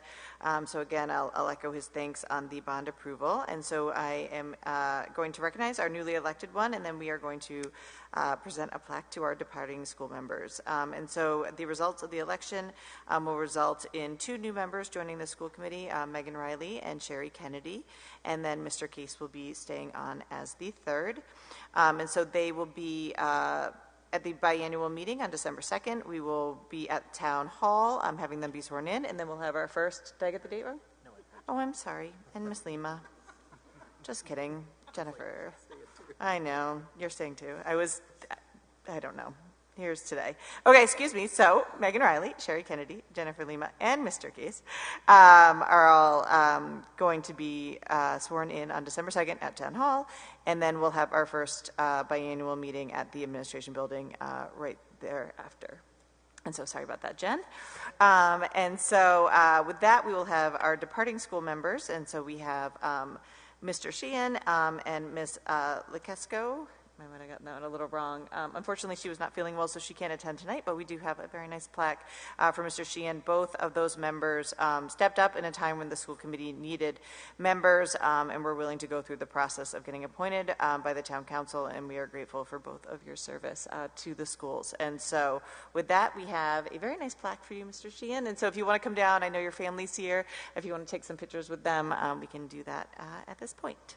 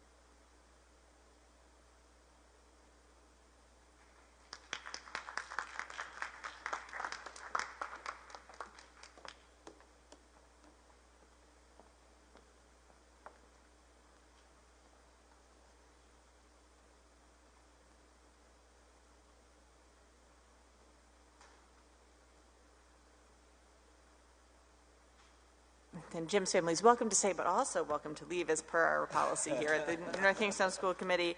Although I do know we have a budding possible politician in our mix down there. So, okay, so we will, of course, with Deborah, we'll see if she wants to come to future meeting to see if she wants to be able to get her plaque in public. Madam Chair, thank you very much. I'm very honored, and it's been a privilege working with you all. Thank you. Thank you. Okay, so we're going to move on to routine items. So the first one is executive session. So can I get a motion to seal the executive minutes from November 19th? And as I said earlier, disclose that we did not take any votes today. Make a motion. We have a delivery. Second. Okay. All those in favor, please say aye. Aye. Okay, thank you. And then we'll move on to the consent agenda. Before we get a motion for that, does anyone want to exempt anything from the consent agenda? Okay, hearing none, I'll take a motion. So moved. Second. Okay, all those in favor of approving the consent agenda, please say aye. Aye. Okay, and then we'll move on to reports. Let's see, any questions regarding the special report for the personnel? Okay, and then the next item on the agenda is the financial reports. Anything from the administration that you all want to highlight or present? No, right? Okay. Any questions from the committee regarding the financial reports that were presented to us? Okay, no. And just another thank you for compiling those. We really appreciate them. And although no questions, that's actually not a bad thing. It means it's very thorough, and we very much appreciate the information, so thank you. And we'll move on to the advisory committee reports. And it looks like first up is policy. So, Ms. Lima. The Policy Advisory Committee last met on November 12th. We spent the meeting reviewing the proposed changes to the district transportation policy. The revisions include eligibility, bus routes, bus stops, training for bus drivers and bus monitors / bus TAs, communication between families and the transportation department, and emergency preparedness. This preliminary draft has been reviewed by the transportation group, and the changes will go back to them for additional feedback and then come back to the policy group at our next meeting. At our next meeting, we also plan to discuss the policies that cover the assignment of students to schools, our Title I Parent and Family Engagement Policy, a new proposed McKinney-Vento Homeless Assistant Act policy, among others. Our next meeting will be on Monday, November 25th at 4:30 at the Central Administration Building. Thank you so much. Next up is health and wellness. Rob, do you want me to give you, are you good for now? Okay, we'll have Mr. Mezzanotte give that one. Thank you. Yeah, so our last meeting for the Health and Wellness Advisory Committee was last Wednesday, and the focus of the meeting was on looking at our tobacco use policy in reference to some RIDE model guidance that we received on vaping use. We had our student assistance counselor from North Kingstown High School present to talk about some data related to student vaping offenses and talk about some different systems that we have in place to try to address and curb the use of vaping products among our high school students. We also looked at data having to do with practices that happen both at the middle school and the high school level, and the student assistance counselor's role in that. And so we're moving forward to reword our policy, revamp our policy, if you will, in light of this data and in light of also some of the guidance language that we're considering from the state of Rhode Island. Thank you very much. Any questions regarding the Health and Wellness Advisory Report? Okay, hearing none, we'll move on to Building Advisory. Dr. Dupa? Yes, we had a building advisory meeting right after Election Day, and during that meeting we discussed the process moving forward with waiting on comments from RIDE, as well as the submission to Stage 2, and it's on the agenda later, so I'll have more to share regarding that at the future agenda item on this agenda. Great, thank you. Any questions regarding the Building Advisory Report? Okay, hearing none, we'll go on to Budget and Finance. Jim? Thank you, Madam Chair. One of the first things we did, I wanted to put into place, and the committee working together approved a motion to create a quarterly oversight reporting requirements. So, for example, to go over the fund balance data on a quarterly basis, or review of maintenance and project resources quarterly basis, and also to create a focus on middle school construction and capital improvement finances. Another thing that was done, we actually took another second look at the possibility of finding some type of funding for the girls softball dugout project. And that was something we looked at. There may be possibilities there, but that will rest with the school committee, as we are just an advisory body, and there was support there. We had discussion of incentives for bus drivers, bus aides, and teacher assistants. Because there are we're starting ongoing ESP negotiations, one of the suggestions was perhaps to explore a recruitment bonus. There was certainly support for that suggestion. If one of the current members could find somebody who could join as a bus aide or a teacher assistant, they could get an incentive like a bonus for that. But again, ongoing negotiations relating to salary and other benefits are beginning at this time. We have a budget timetable that was put together by our very capable budget finance director.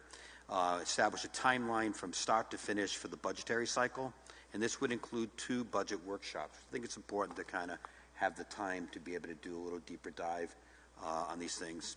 The last item that we had was an audit update. We utilized Markham Financial Accounting Advisory Services.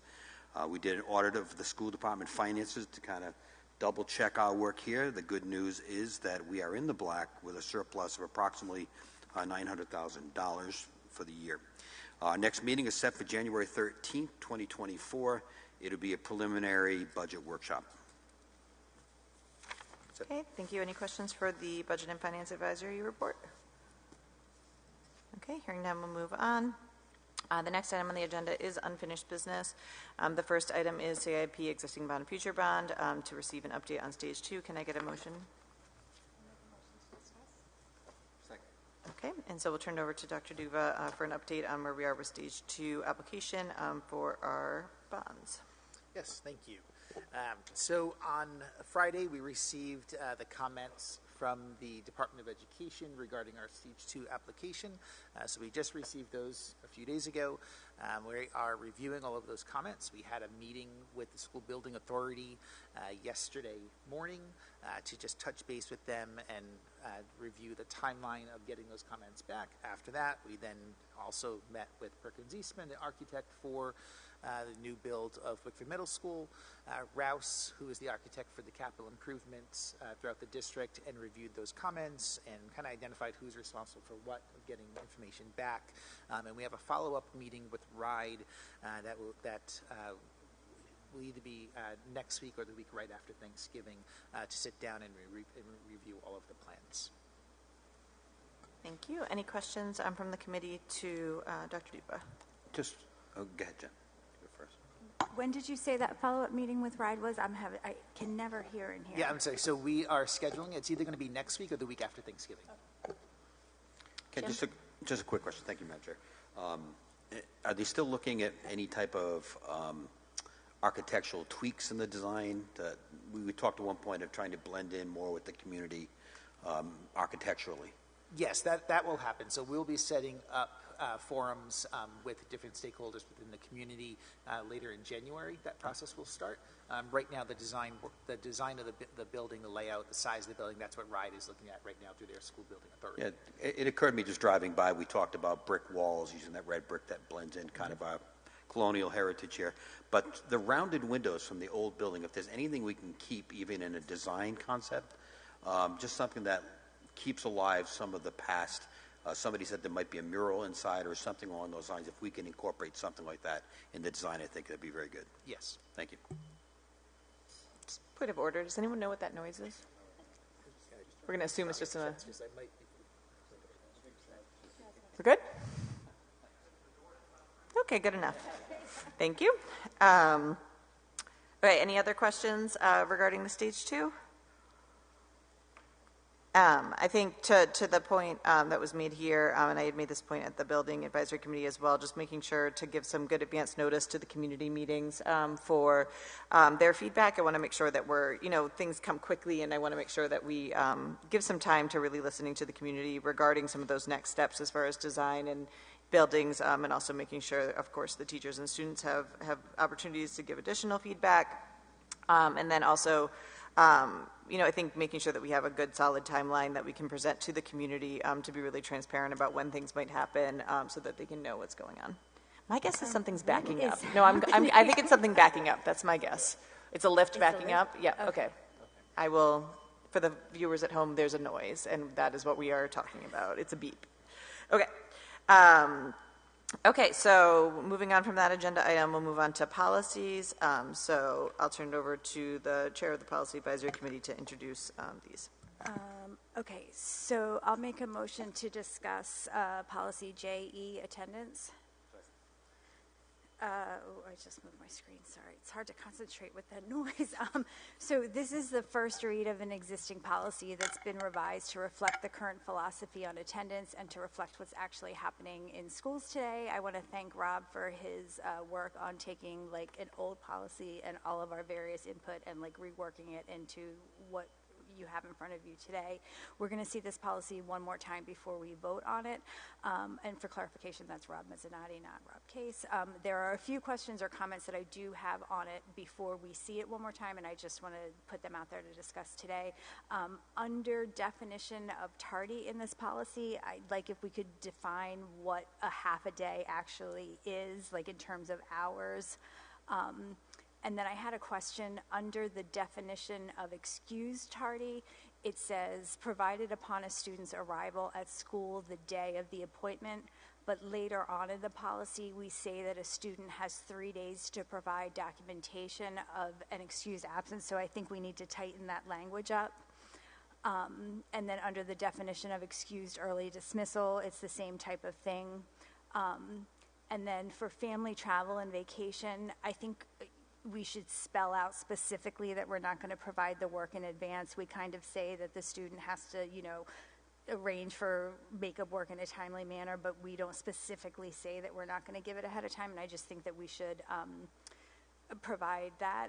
And then this weekend, I was doing a deep dive into handbooks, and I noticed that cutting class is not covered in this attendance policy, but it is discussed in all the handbooks, and I didn't know whether we wanted to add something into this policy to address that because it is discussed in the handbooks, and that wasn't something we had talked about in any of the policy meetings. Yes, so typically, cutting class is not seen as an attendance violation, but rather just a disciplinary infraction. That attendance has to do with being present in school. Cutting class has to do with attending class while in school. So typically, it's not addressed in the same area. In the handbooks it is, though, and that's why I asked the question. Like, if you look at the handbooks, cutting class is lumped in with tardy and excused and like things like that. So I just want to make sure we're being consistent in how we are addressing things. And so if we don't want to include it in the attendance policy, I think when we review the handbooks for next year, it should not be included in that same type of category. So I'm fine with either or. I just think we should be consistent with the way that we handle it. I understand. So what I'm hearing is that you'd prefer the cutting class be in a different section of the handbooks rather than under attendance? I don't have a preference either way. I just, like, if you look at each of the handbooks, like when you're reviewing in the handbooks where attendance is covered, cutting class is a part of that section. And so we're not currently including cutting class in the attendance policy. So if we don't want it to be part of the attendance policy, cutting class should not be included in the discussions around attendance in the handbook. Does that make sense? It does, as long as we make sure that cutting class is going to be somewhere. You can put it somewhere, okay. Just don't put it with attendance. Yeah, okay. Yeah. Understood. And also, I will go back and clean up some of that language you referenced there for the next read. Other comments from the committee? I'm sorry, what did you say? I said I'll go back and clean up some of that language you just mentioned for the next read. Perfect, but don't clean it up in the existing policy, like add it in a different color, because we just need to keep the first draft and the second, you know what I mean? Like, got it. So just add it in red or like. Yeah, because it's a second read. Yeah, it's a second read, so we just want to like note that it's been changed from the first draft. Does that make sense? It does. Okay, perfect, thank you. Any other comments from the committee regarding the attendance policy on things that we might want to see before a second read? I'll just reiterate what Jen said before, because I noticed that section where it said, you had to bring a doctor's note the same day as the appointment. And a lot of times if a parent has the appointment late in the day, school may end before you get the child back. So that language does need to be cleaned up a bit. Maybe 24 hours or something, some other time period to get the note in. Yeah, in the policy, we say that a student has 3 days to provide documentation for an excused absence. So, like, if you're providing... It contradicts itself, though, in a couple places. Yeah, exactly. Okay, so we can clean that up. Other comments from the committee regarding this? Okay, so we'll see that at the next meeting. Thank you. Okay, so I will make a motion to approve policy BE, school committee meetings. So this is the second read of an existing policy that's been revised based on feedback and requests we've received over the past few weeks. Modifications have been made since the first read at our last meeting based on discussions that took place at that meeting to reflect that a motion to extend the meeting time must be made with a closing time and not be open-ended. So at this time, I am recommending passage. Second. All right, I think we have a motion. You had the motion in the second, right, Joni? That was just Jen's kind of, like, your discussion, right, That's of the that. end Yeah, of so our- we're in the motion Yeah. to approve. Any further discussion regarding BE? I just had one clarification. First, I'll applaud the committee and its input here. I think these are good changes. I think they're very positive. I just had a question on, I'm looking at letter 9A. The amendment there says, whenever possible, citizen comments will be scheduled before any votes take place and within the first hour of the open portion of the meeting. Then it says, citizens can also email the school committee at any time using the email address, schoolscommittee@nkst.net. Is that meant to imply that they could do that during a meeting? Or No, meaning like if you, just that citizens' comments is not the only avenue for communication with What page are we on, sorry? Number 9? Yeah. It's meant to like say that citizens' comments are not the only avenue to have communication with the school committee. I do see what Mr. Yeah, I Shane's see what saying you're now. saying. anytime, I don't want them like during the meeting say, like, well, I sent you a question at right in the middle. 9:02 and you didn't. Exactly, yeah, you didn't no, get back that's to a me. good point. I would say we might want to consider amending that before adoption. Just a Yep. quick tweak would be perhaps just saying like prior to the start of the meeting, or because I see the way that it's written, it does seem like they're friends and like one's during the meeting and one's not. Prior to any school committee meeting? Whenever possible, citizens' comments will be scheduled before any votes are taken.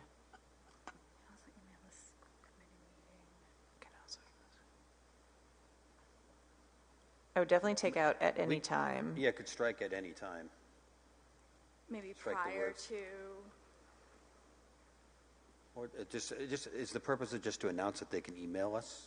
Yes, At that I think that's the address? purpose. Yep.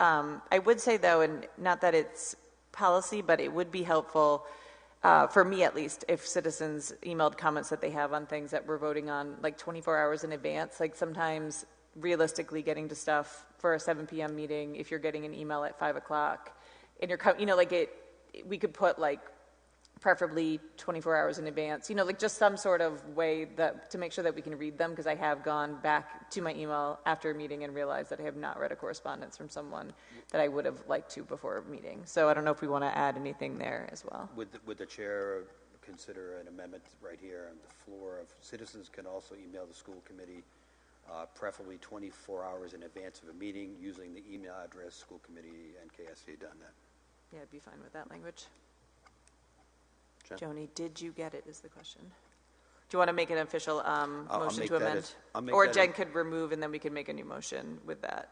Yeah, the only thing that I'm thinking with that is like, are we saying that that's the only time that they can? So for items, I'm wondering like for items to be.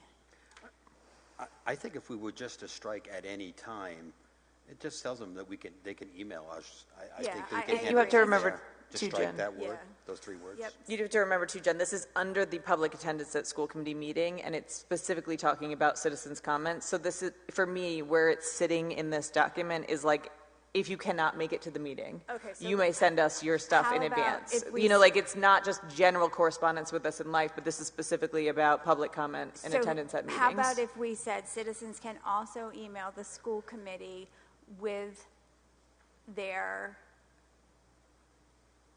because I don't want to, citizens can also email the school committee. Maybe with- if we put citizens who cannot attend can Yes. email the school committee using Yes. Yes. just schoolcommittee@nk.net. Yeah, like, to provide comments, Yes, to basically. provide comments, Yeah. yeah. make that as a sub-motion. Yep. Yep, okay, so we have a sub-motion with that language. I'll make What that did we say? motion. Citizens who cannot attend meeting can So citizens who cannot attend the school committee meeting may email the school committee is that what it is? I would say something about prior, though. I do still Oh, think yeah. the prior piece, if they're trying to impact. Correct. No, in I a think way that- that of citizens' comment, we need that piece. Oh, the lawyer's coming.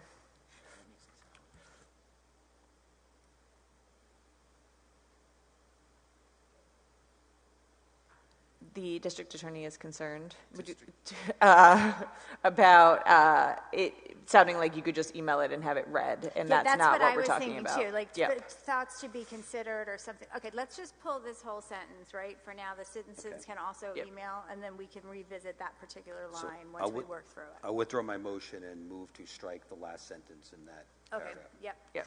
Okay, so we have a motion on the table. We have an amendment to strike that last sentence so that we can work through it and see it at a later time. Do we have a second on the amendment? I'll second that. All right, so we have a motion from Jim to strike that sentence, a second from Jen. Any further discussion on that amended language of taking this sentence out? All right, all in favor, please say aye. Aye. Okay, now we go back to the document with that one sentence taken out, which we will revisit, and then I think we all agree that something should be in, but we want to make sure we get it right. So is there any other comments on this before we call the question?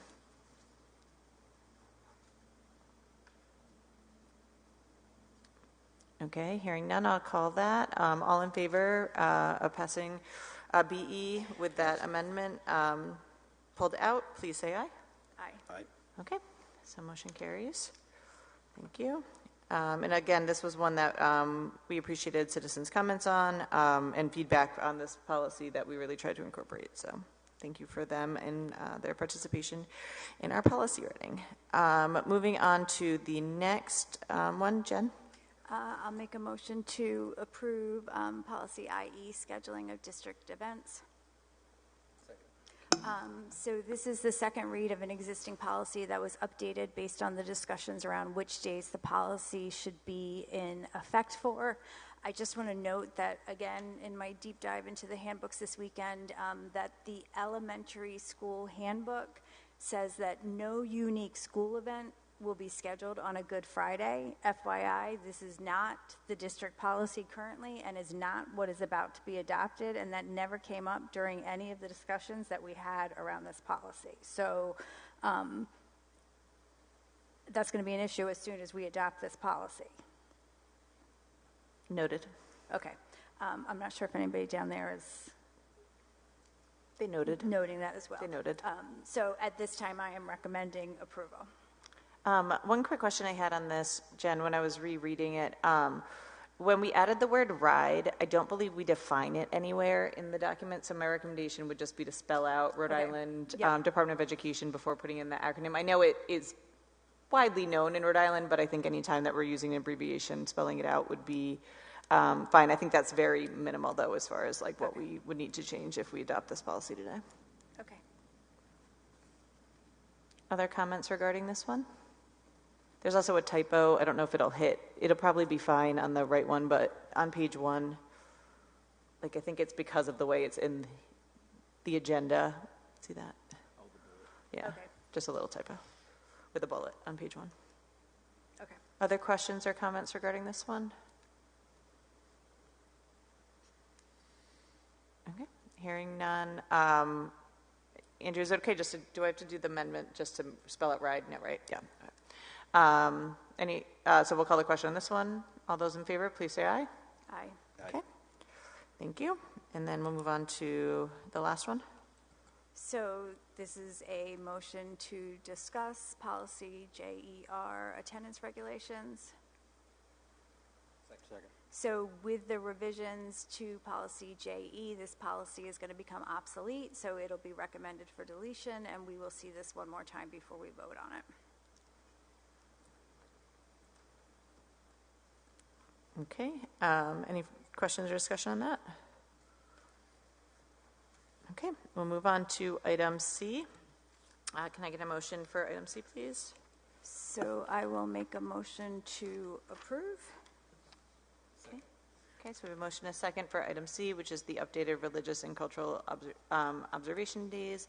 Do we have any discussion on this item? So this has been, the changes were made to this based on the discussions that we had at the last meeting, just about the formatting of the file, and that's it, I think, yes. And just to clarify, these are the ride holidays, I guess? Or? No, these are the current, yes, they're the RIDE holidays and observed days.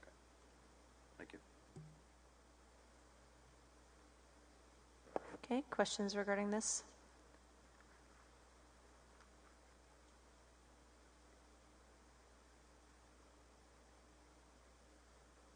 Okay, hearing none, I'll call the question. All those in favor, please say aye. Okay, thank you. Okay, so that brings us to item D, district goals and initiatives. So can I get a motion for passage of those? Okay, so we'll open up to discussion. Dr. Duva, do you want to walk us through anything before we ask questions or discuss? No is an okay answer, too. No, this is draft 3 of the superintendent/district goals. I included feedback that I received from school committee members from the last meeting, and those changes have been made on this document. So that's all on. Just questions regarding what's there. Okay. Thank you very much, and thank you for to Dr. Duva for going back and taking another look on this. Questions from the committee or comments? I just had one question, comment, and I'm trying to find it.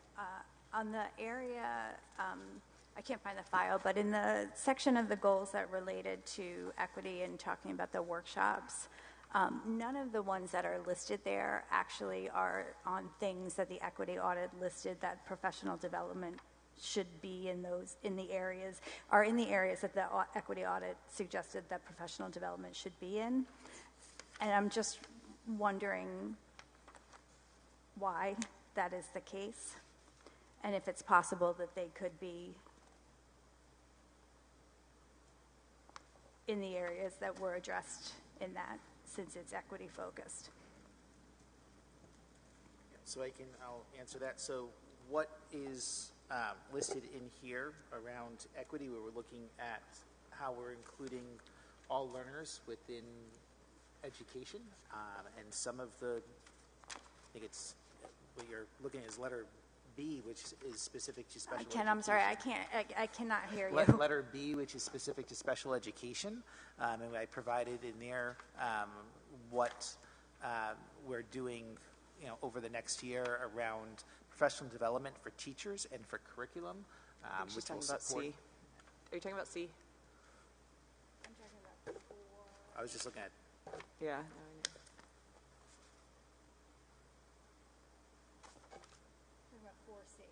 So C.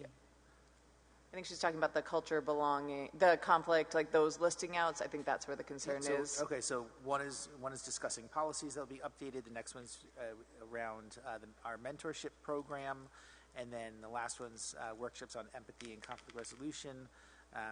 That was just areas that we worked in. There was also something those are some of the things that Erin and I, just through comments, we were looking at, and I can go back and add other items in there as well. Jen, do you have something specific from the equity audit that you were hoping to see? I think the biggest one that I'm looking for is something around implicit bias.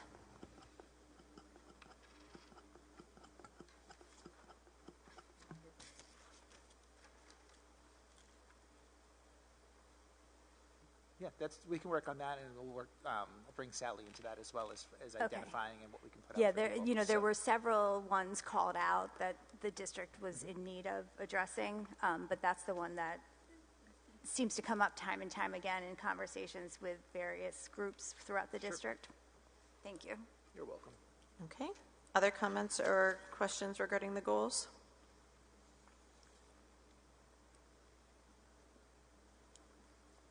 I think one comment that I have is I greatly appreciate the work that Dr. Duva did on these goals. I am concerned with the length of the list, and I know that they are tied directly, and even Ken and I tried to look to see what we could cut down on it. And it's really difficult because the overall strategic plan and the strategic goal has this many items on it. And so to not have them on here is really difficult, because then you're literally saying this year we're not going to be working towards this larger goal that we have. And so I greatly appreciate this document, but I do want to acknowledge that I do think that the obtainment of all of these things would be very difficult, and that maybe in future years we can figure out a way with the school committee and the administration to figure out, like, highest priorities, like this year, like these 3 things, like have to be the top focus, and then like figuring out kind of the tier or the level of the different goals. Because as somebody who works in a educational setting, like just having to try to achieve all of these by June just seems difficult, although very aspirational. So I just wanted to kind of comment on that as a process and as a whole, and kind of, you know, as we go forward, Ken and I kind of discuss that. We can think about what would make most sense, but I do think that these are all very worthy and are very important goals, but that was one of my concerns on this document. Other comments?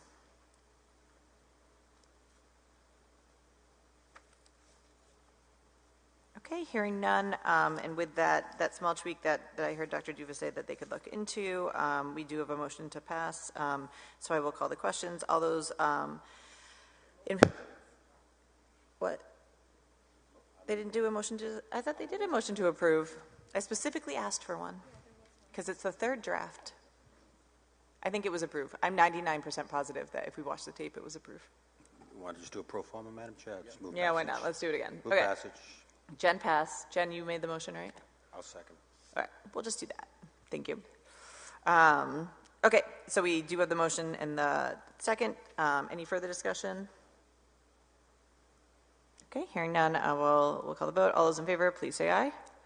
Okay, thank you very much. And again, thank you to the administration and Dr. Duva on compiling this very comprehensive list. Okay, moving on to the next item. We have, can I get a motion for item E? I'll make a motion to approve.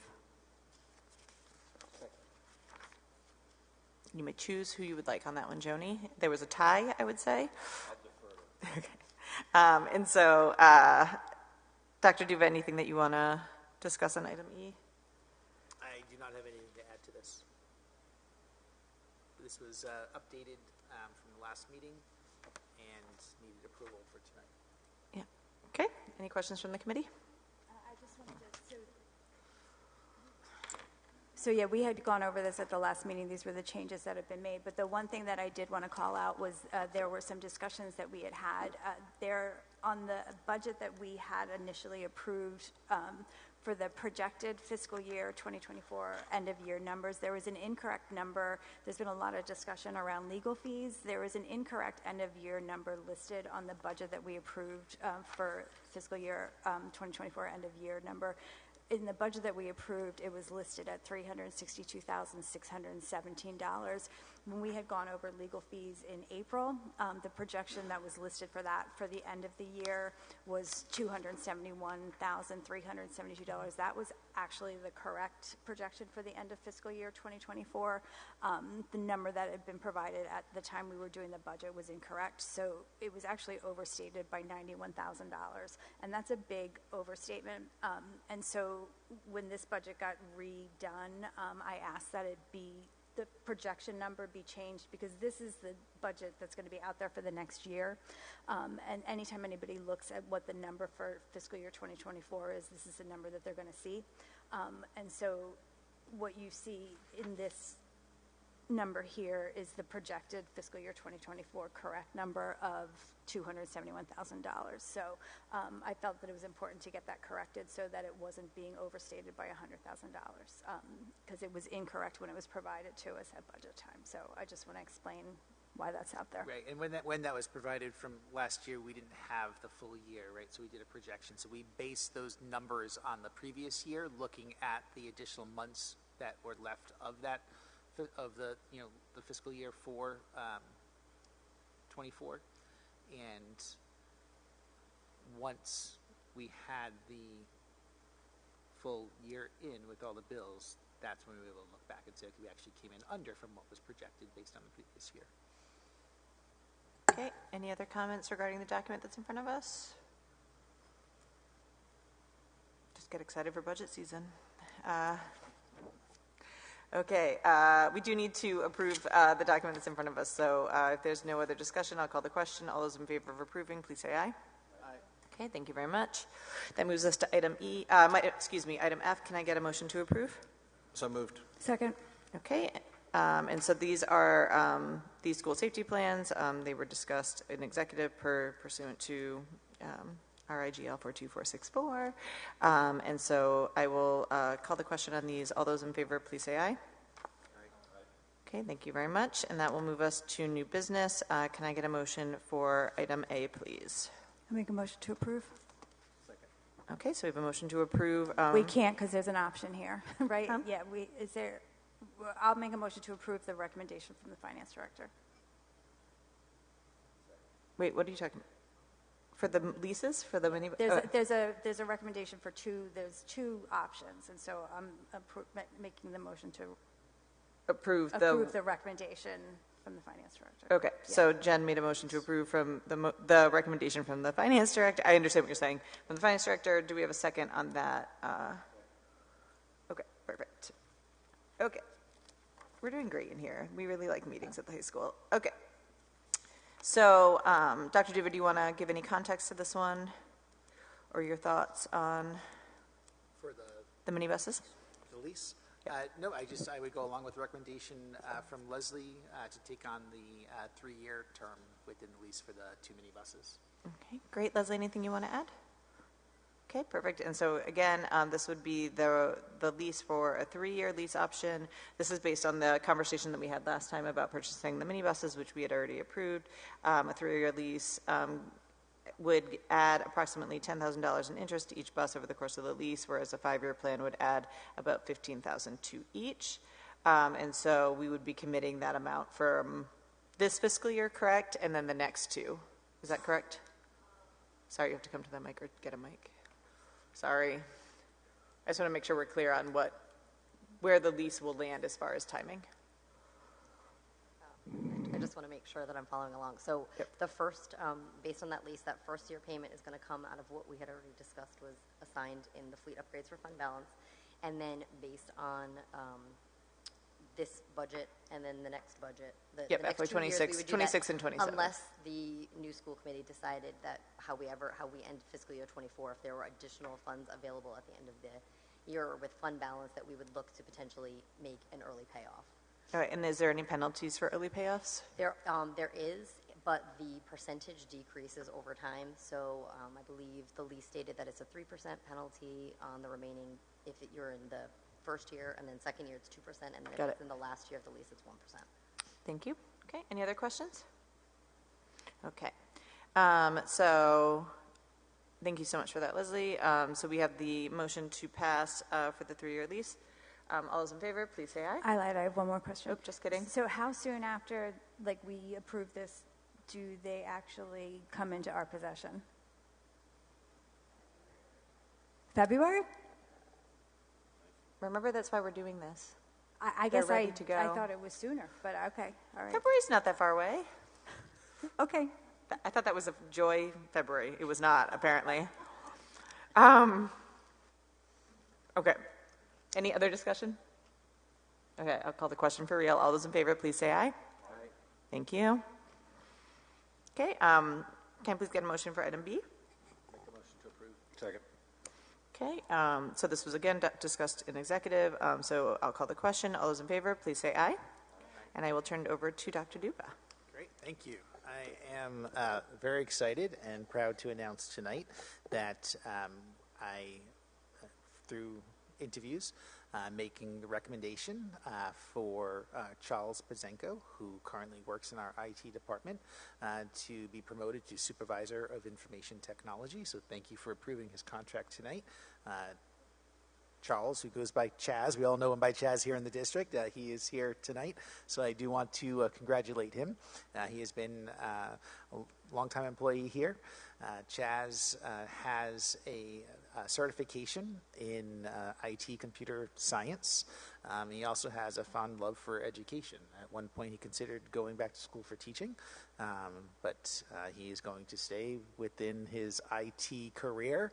And I think this is a wonderful mix for us to have someone in charge of the department that has the background in information technology and computers, but also enjoys working with education. A few years ago, he received the Support Person of the Year award for the work that he does in the district.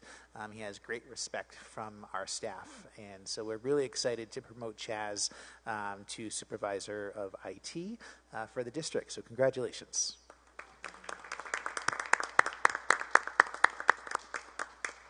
I'm so excited that you were here so that we can embarrass you. Prepared a speech, right? Congratulations. Okay, we will move on to item C. And so, can I get a motion? I'll make a motion to discuss. Yeah. Okay, so we have a motion to discuss. So I'll turn it over to Dr. Dubin. I'm assuming that's why Jody's perhaps here for ESSER update.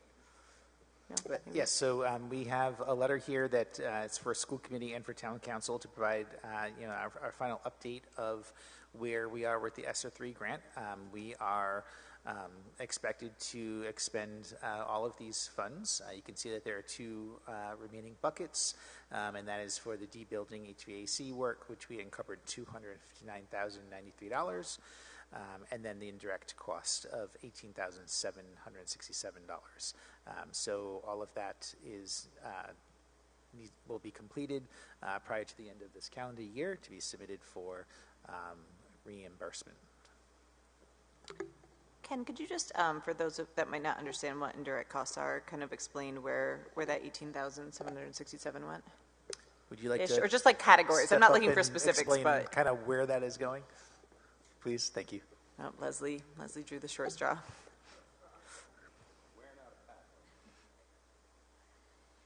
So the indirect costs are there are additional funds that can be drawn out of a grant that go directly toward the work that the administrative staff does to maintain that grant over the course of however many years you have. So for ESSER, it was a 3-year grant. So that money is directly tied to what is spent and to certain items. There are things within the grant usage that are excluded, that don't count toward it, but based on how much money is spent, you can take a percentage of it.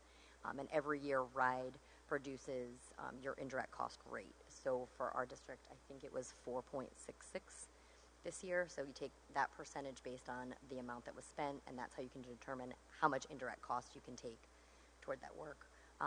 We have chosen to use most of the funds within this grant for ESSER toward different projects as opposed to taking it toward the administrative fees. So that's why our number is particularly low. I think it started higher in the beginning. We had budgeted for the full amount, and then as we found different uses for that money, we lowered it. Okay, thank you.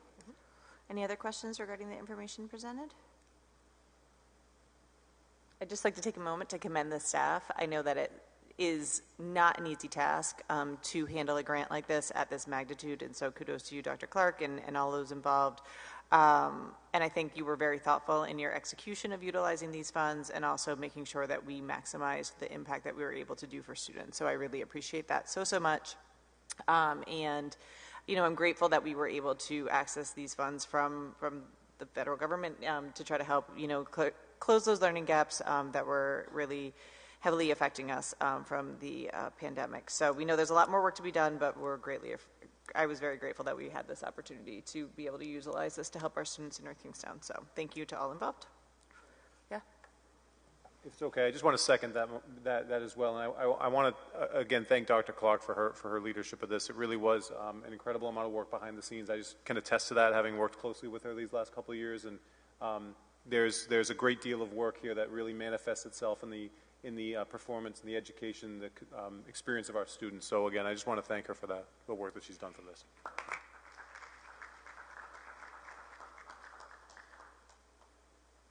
Okay, so moving on to item D, can I get a motion to approve the Letter?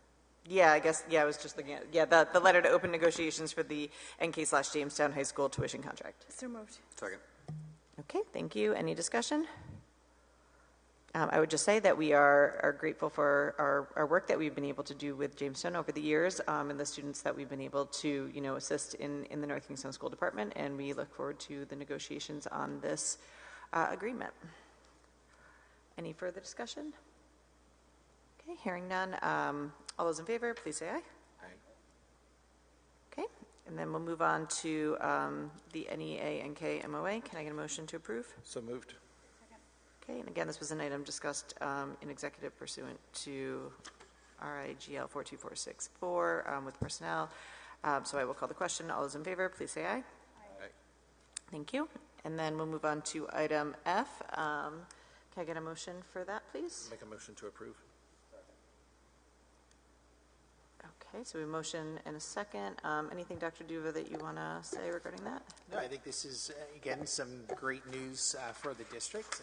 The state has allocated additional funding through the School Building Authority for arts initiatives. A few years ago, they did Act 1 of this, where they provided funds for school districts to look at how they could advance student participation in arts, music, theater, culinary, and we were awarded again for the Act 2.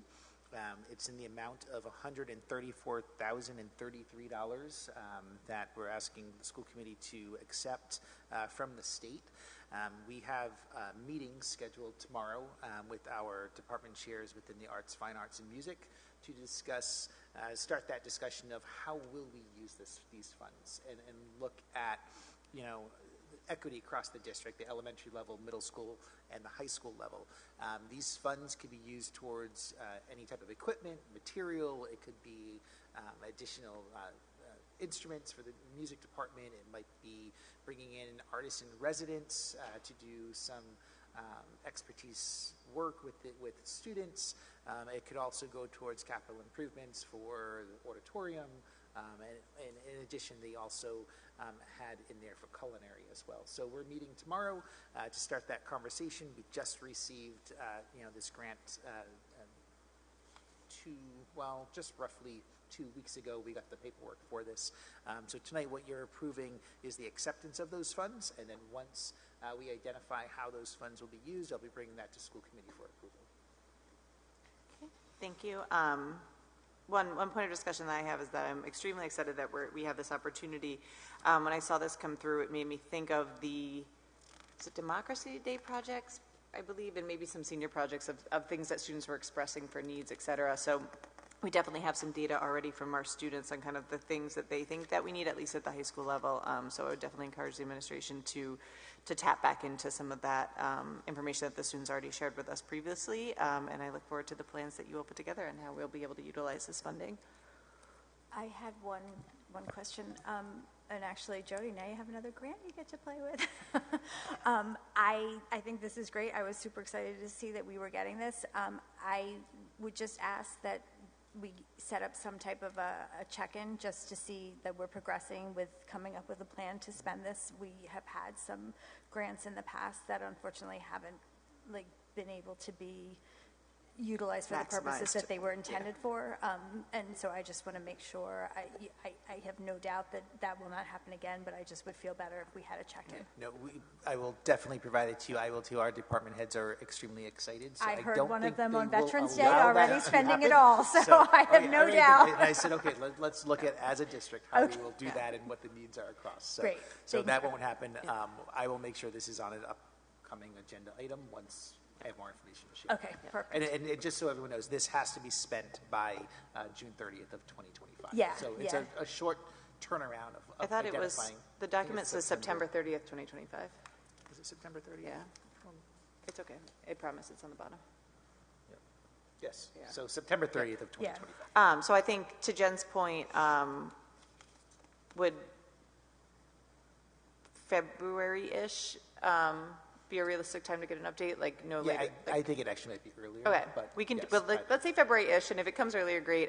Just because I think, $134,000 sounds like a lot, but split over the 9 schools with different needs, it's not. And so, what I'll be really curious in the conversations that you have, are what isn't able to be spent with this grant, and what we might be able to consider for the budget, and kind of what are those needs and whatnot. So I think if we can kind of stick around, it's kind of falling in line with that, so that'll be good. Thank you. Any further questions regarding this? So all we are being asked to do is accept the grant at this point, and then we'll get future plans from the administration regarding how it will be spent. Is this one of those ones where we all have to sign the paper? I have it right here. Yep. Okay. Yes. Do we have to find the 5th member? You can bring the plaque. Okay, we'll figure that out later. Okay, so hearing no further discussion, I'll call the question. All those in favor, please say aye. Aye. Okay, thanks so much. So we'll move on to the next item, which is Can I get a motion for the recommendation of school redistricting start time and transportation advisory members, please? Move passage. Second. Okay, any discussion regarding this? I just had one comment as it pertains to all advisory committees. So once all the advisory, like per our policy, all of our advisory committee lists are supposed to be posted on the website with the co-chair's contact information available. And none of that are currently out there, and I would like to make sure that that's happening. Now that we have so many, committees, I think it's important that we're doing that so that people know who to contact for each of the committees if they want to reach out to the chairs directly.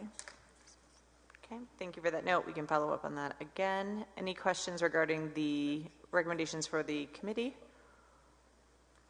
I just wanted to note that I thought the makeup was wonderful as far as having representation from the different levels, and I was also very happy to see the level of student involvement at both the high school and the middle school level, so thank you for Dr. Duva for getting those folks, and also the parents that will be part of this conversation, because it's a big one, so I think having those voices are really important. So, okay, hearing no further discussion, I'll call the question. All those in favor of approving the advisory members, please say aye. Aye. Okay, thank you. And then for H and I, can we take those together? Yeah, right? Make a motion to approve. Second. Okay, so we're making a motion to approve both H and I. So Dr. Duva, do you want to just give the quick context for that? Yes, so for the Health and Wellness Advisory Committee membership and DEI Advisory Committee membership, we are adding Sally Davidson to that. Sally is our Equity, Belonging and Community Engagement Coordinator. Yeah, and then for the Health and Wellness, it's actually officially approving the list that's presented in front of you, I believe. Correct, Rob? We had not done that one previously, right? Yeah, that's correct. Did we? Yeah, we did. Never mind, We it's just did. Sally. We officially approved the new members at one of the other meetings. This one is just adding Sally. Yep. Yeah. So one Yes. clarification It'll change again though. because Yeah, Sherry's on there we it. go. Yep. Yeah. It'll change again. Yeah, so we'll just have, you'll have a vacancy after Yes. December 2nd, so we'll be able to see that again. That's where I was going with that, so thank you for following along. One of our newly elected school committee members is currently on, so that will be something we can deal with later. Okay, so again, this is just to put our new Equity, Belonging, and Community Engagement Coordinator as an official member of both Health and Wellness and DEI. Any further discussion? I would say we're excited to have Sally join some of these conversations, so that's wonderful. All those in favor, please say aye. Aye. Okay, and then we'll move on to correspondence. Ms. Lima? October 23rd, Matt McCoy, invitation to the NK 350th Family Day event. 1023, a student's name, I'm withholding regarding blocked websites. 1024, Mooley Kelty, problem at bus stop at Shore Drive and Tower Hill Road in corner cupboard parking lot. 11-6, Rob Martone, Megan Riley for chair. 11-6, Bob Frechette, Megan Riley is the right choice for chair. 11-6, Andrea Mumford, please consider Megan for chair. 11-6, Gretel McCrory, Megan Riley should be next chair. 11-6, Melissa Forte, Megan Riley should be next chair. 11-6, James and Christina Fry, appoint Megan Riley to a chair position. 11-6, Mike Bennett, Megan Riley for chair. 11-6, Sue Alexander, we need Megan Riley as chair. 11-6, Alex Cesaro, we need Megan Riley as chair. 11-6, Robert Ellis, we vote Megan Riley for chair. 11-6, Jim McGuinn, Megan Riley as chair or vice chair of the NK School Committee. 11-7, Nick Proscia, appoint Megan Riley to a chair position. 11-7, Renee Charlton, we ask for Megan as chair. 11-7, Carla White Ellis, we vote for Megan as chair. 11-8, Edward Renahan, Megan Riley, North Kingstown School Committee. 11-10, Carol Saborin, appointment of School Committee chair. 11-10, Kirk Jordan, support Megan Riley as chair of the School Committee. 11-18, Matt McCoy, summary of email correspondence received from constituents since the 10/28 North Kingstown Town Council meeting. 11-19, Sarah Kelly Palmer, School Committee needs consistency now more than ever. Earl should remain chairperson. 11-19, Wilkinson family, Dr. Earl should retain her position as School Committee chair. 11:19, Ann Gertman, importance of maintaining school committee leadership for continued success. 11:19, Debbie McIntyre, Jen Lima for chair. 11:19, Alice Adler, Jen Lima for chair. 11:19, Christian Awe, Aaron Earl should remain school committee chair. 11:19, Kathleen Guarino, elect Aaron Earl or Rob Case as chairman of the school committee. 11:19, Molly Matthews, Aaron Earl, and Rob Case should maintain roles as chair and vice chair of committee. 11:19, Jennifer LeCompte, requesting that Aaron Earl remain as school committee chair. 11:19, Liam Wilkinson, Aaron Earl for school committee chair. 11:19, Lori Duffy, consistency and leadership. 11:19, Miranda Prescott, chair should be a committee member who has experience. 11:19, Amanda Neptune Bridges, Megan Riley should not be chair. 11:19, Lisa Bowie, Aaron Earl for school committee chair. 11:19, Jamie Carvalho, please do not change leadership on school committee. 11:19, William Adler, no to Megan Riley as chair for NK school committee. 11:19, Betsy Deliris, considering the qualifications for a really effective school committee chair for North Kingstown. 11:19, Lisa V, Jen Lima for chair. 11:19, Kate Maloney, Aaron Earl for school committee chair. That's it. Thank you. Can I get a motion to adjourn? So moved. Okay, and just point of order, 9:32, Jim, for your last meeting. I said point of order, 9:32 for your last meeting. Okay. All those in favor, please say aye. Aye. Thank you.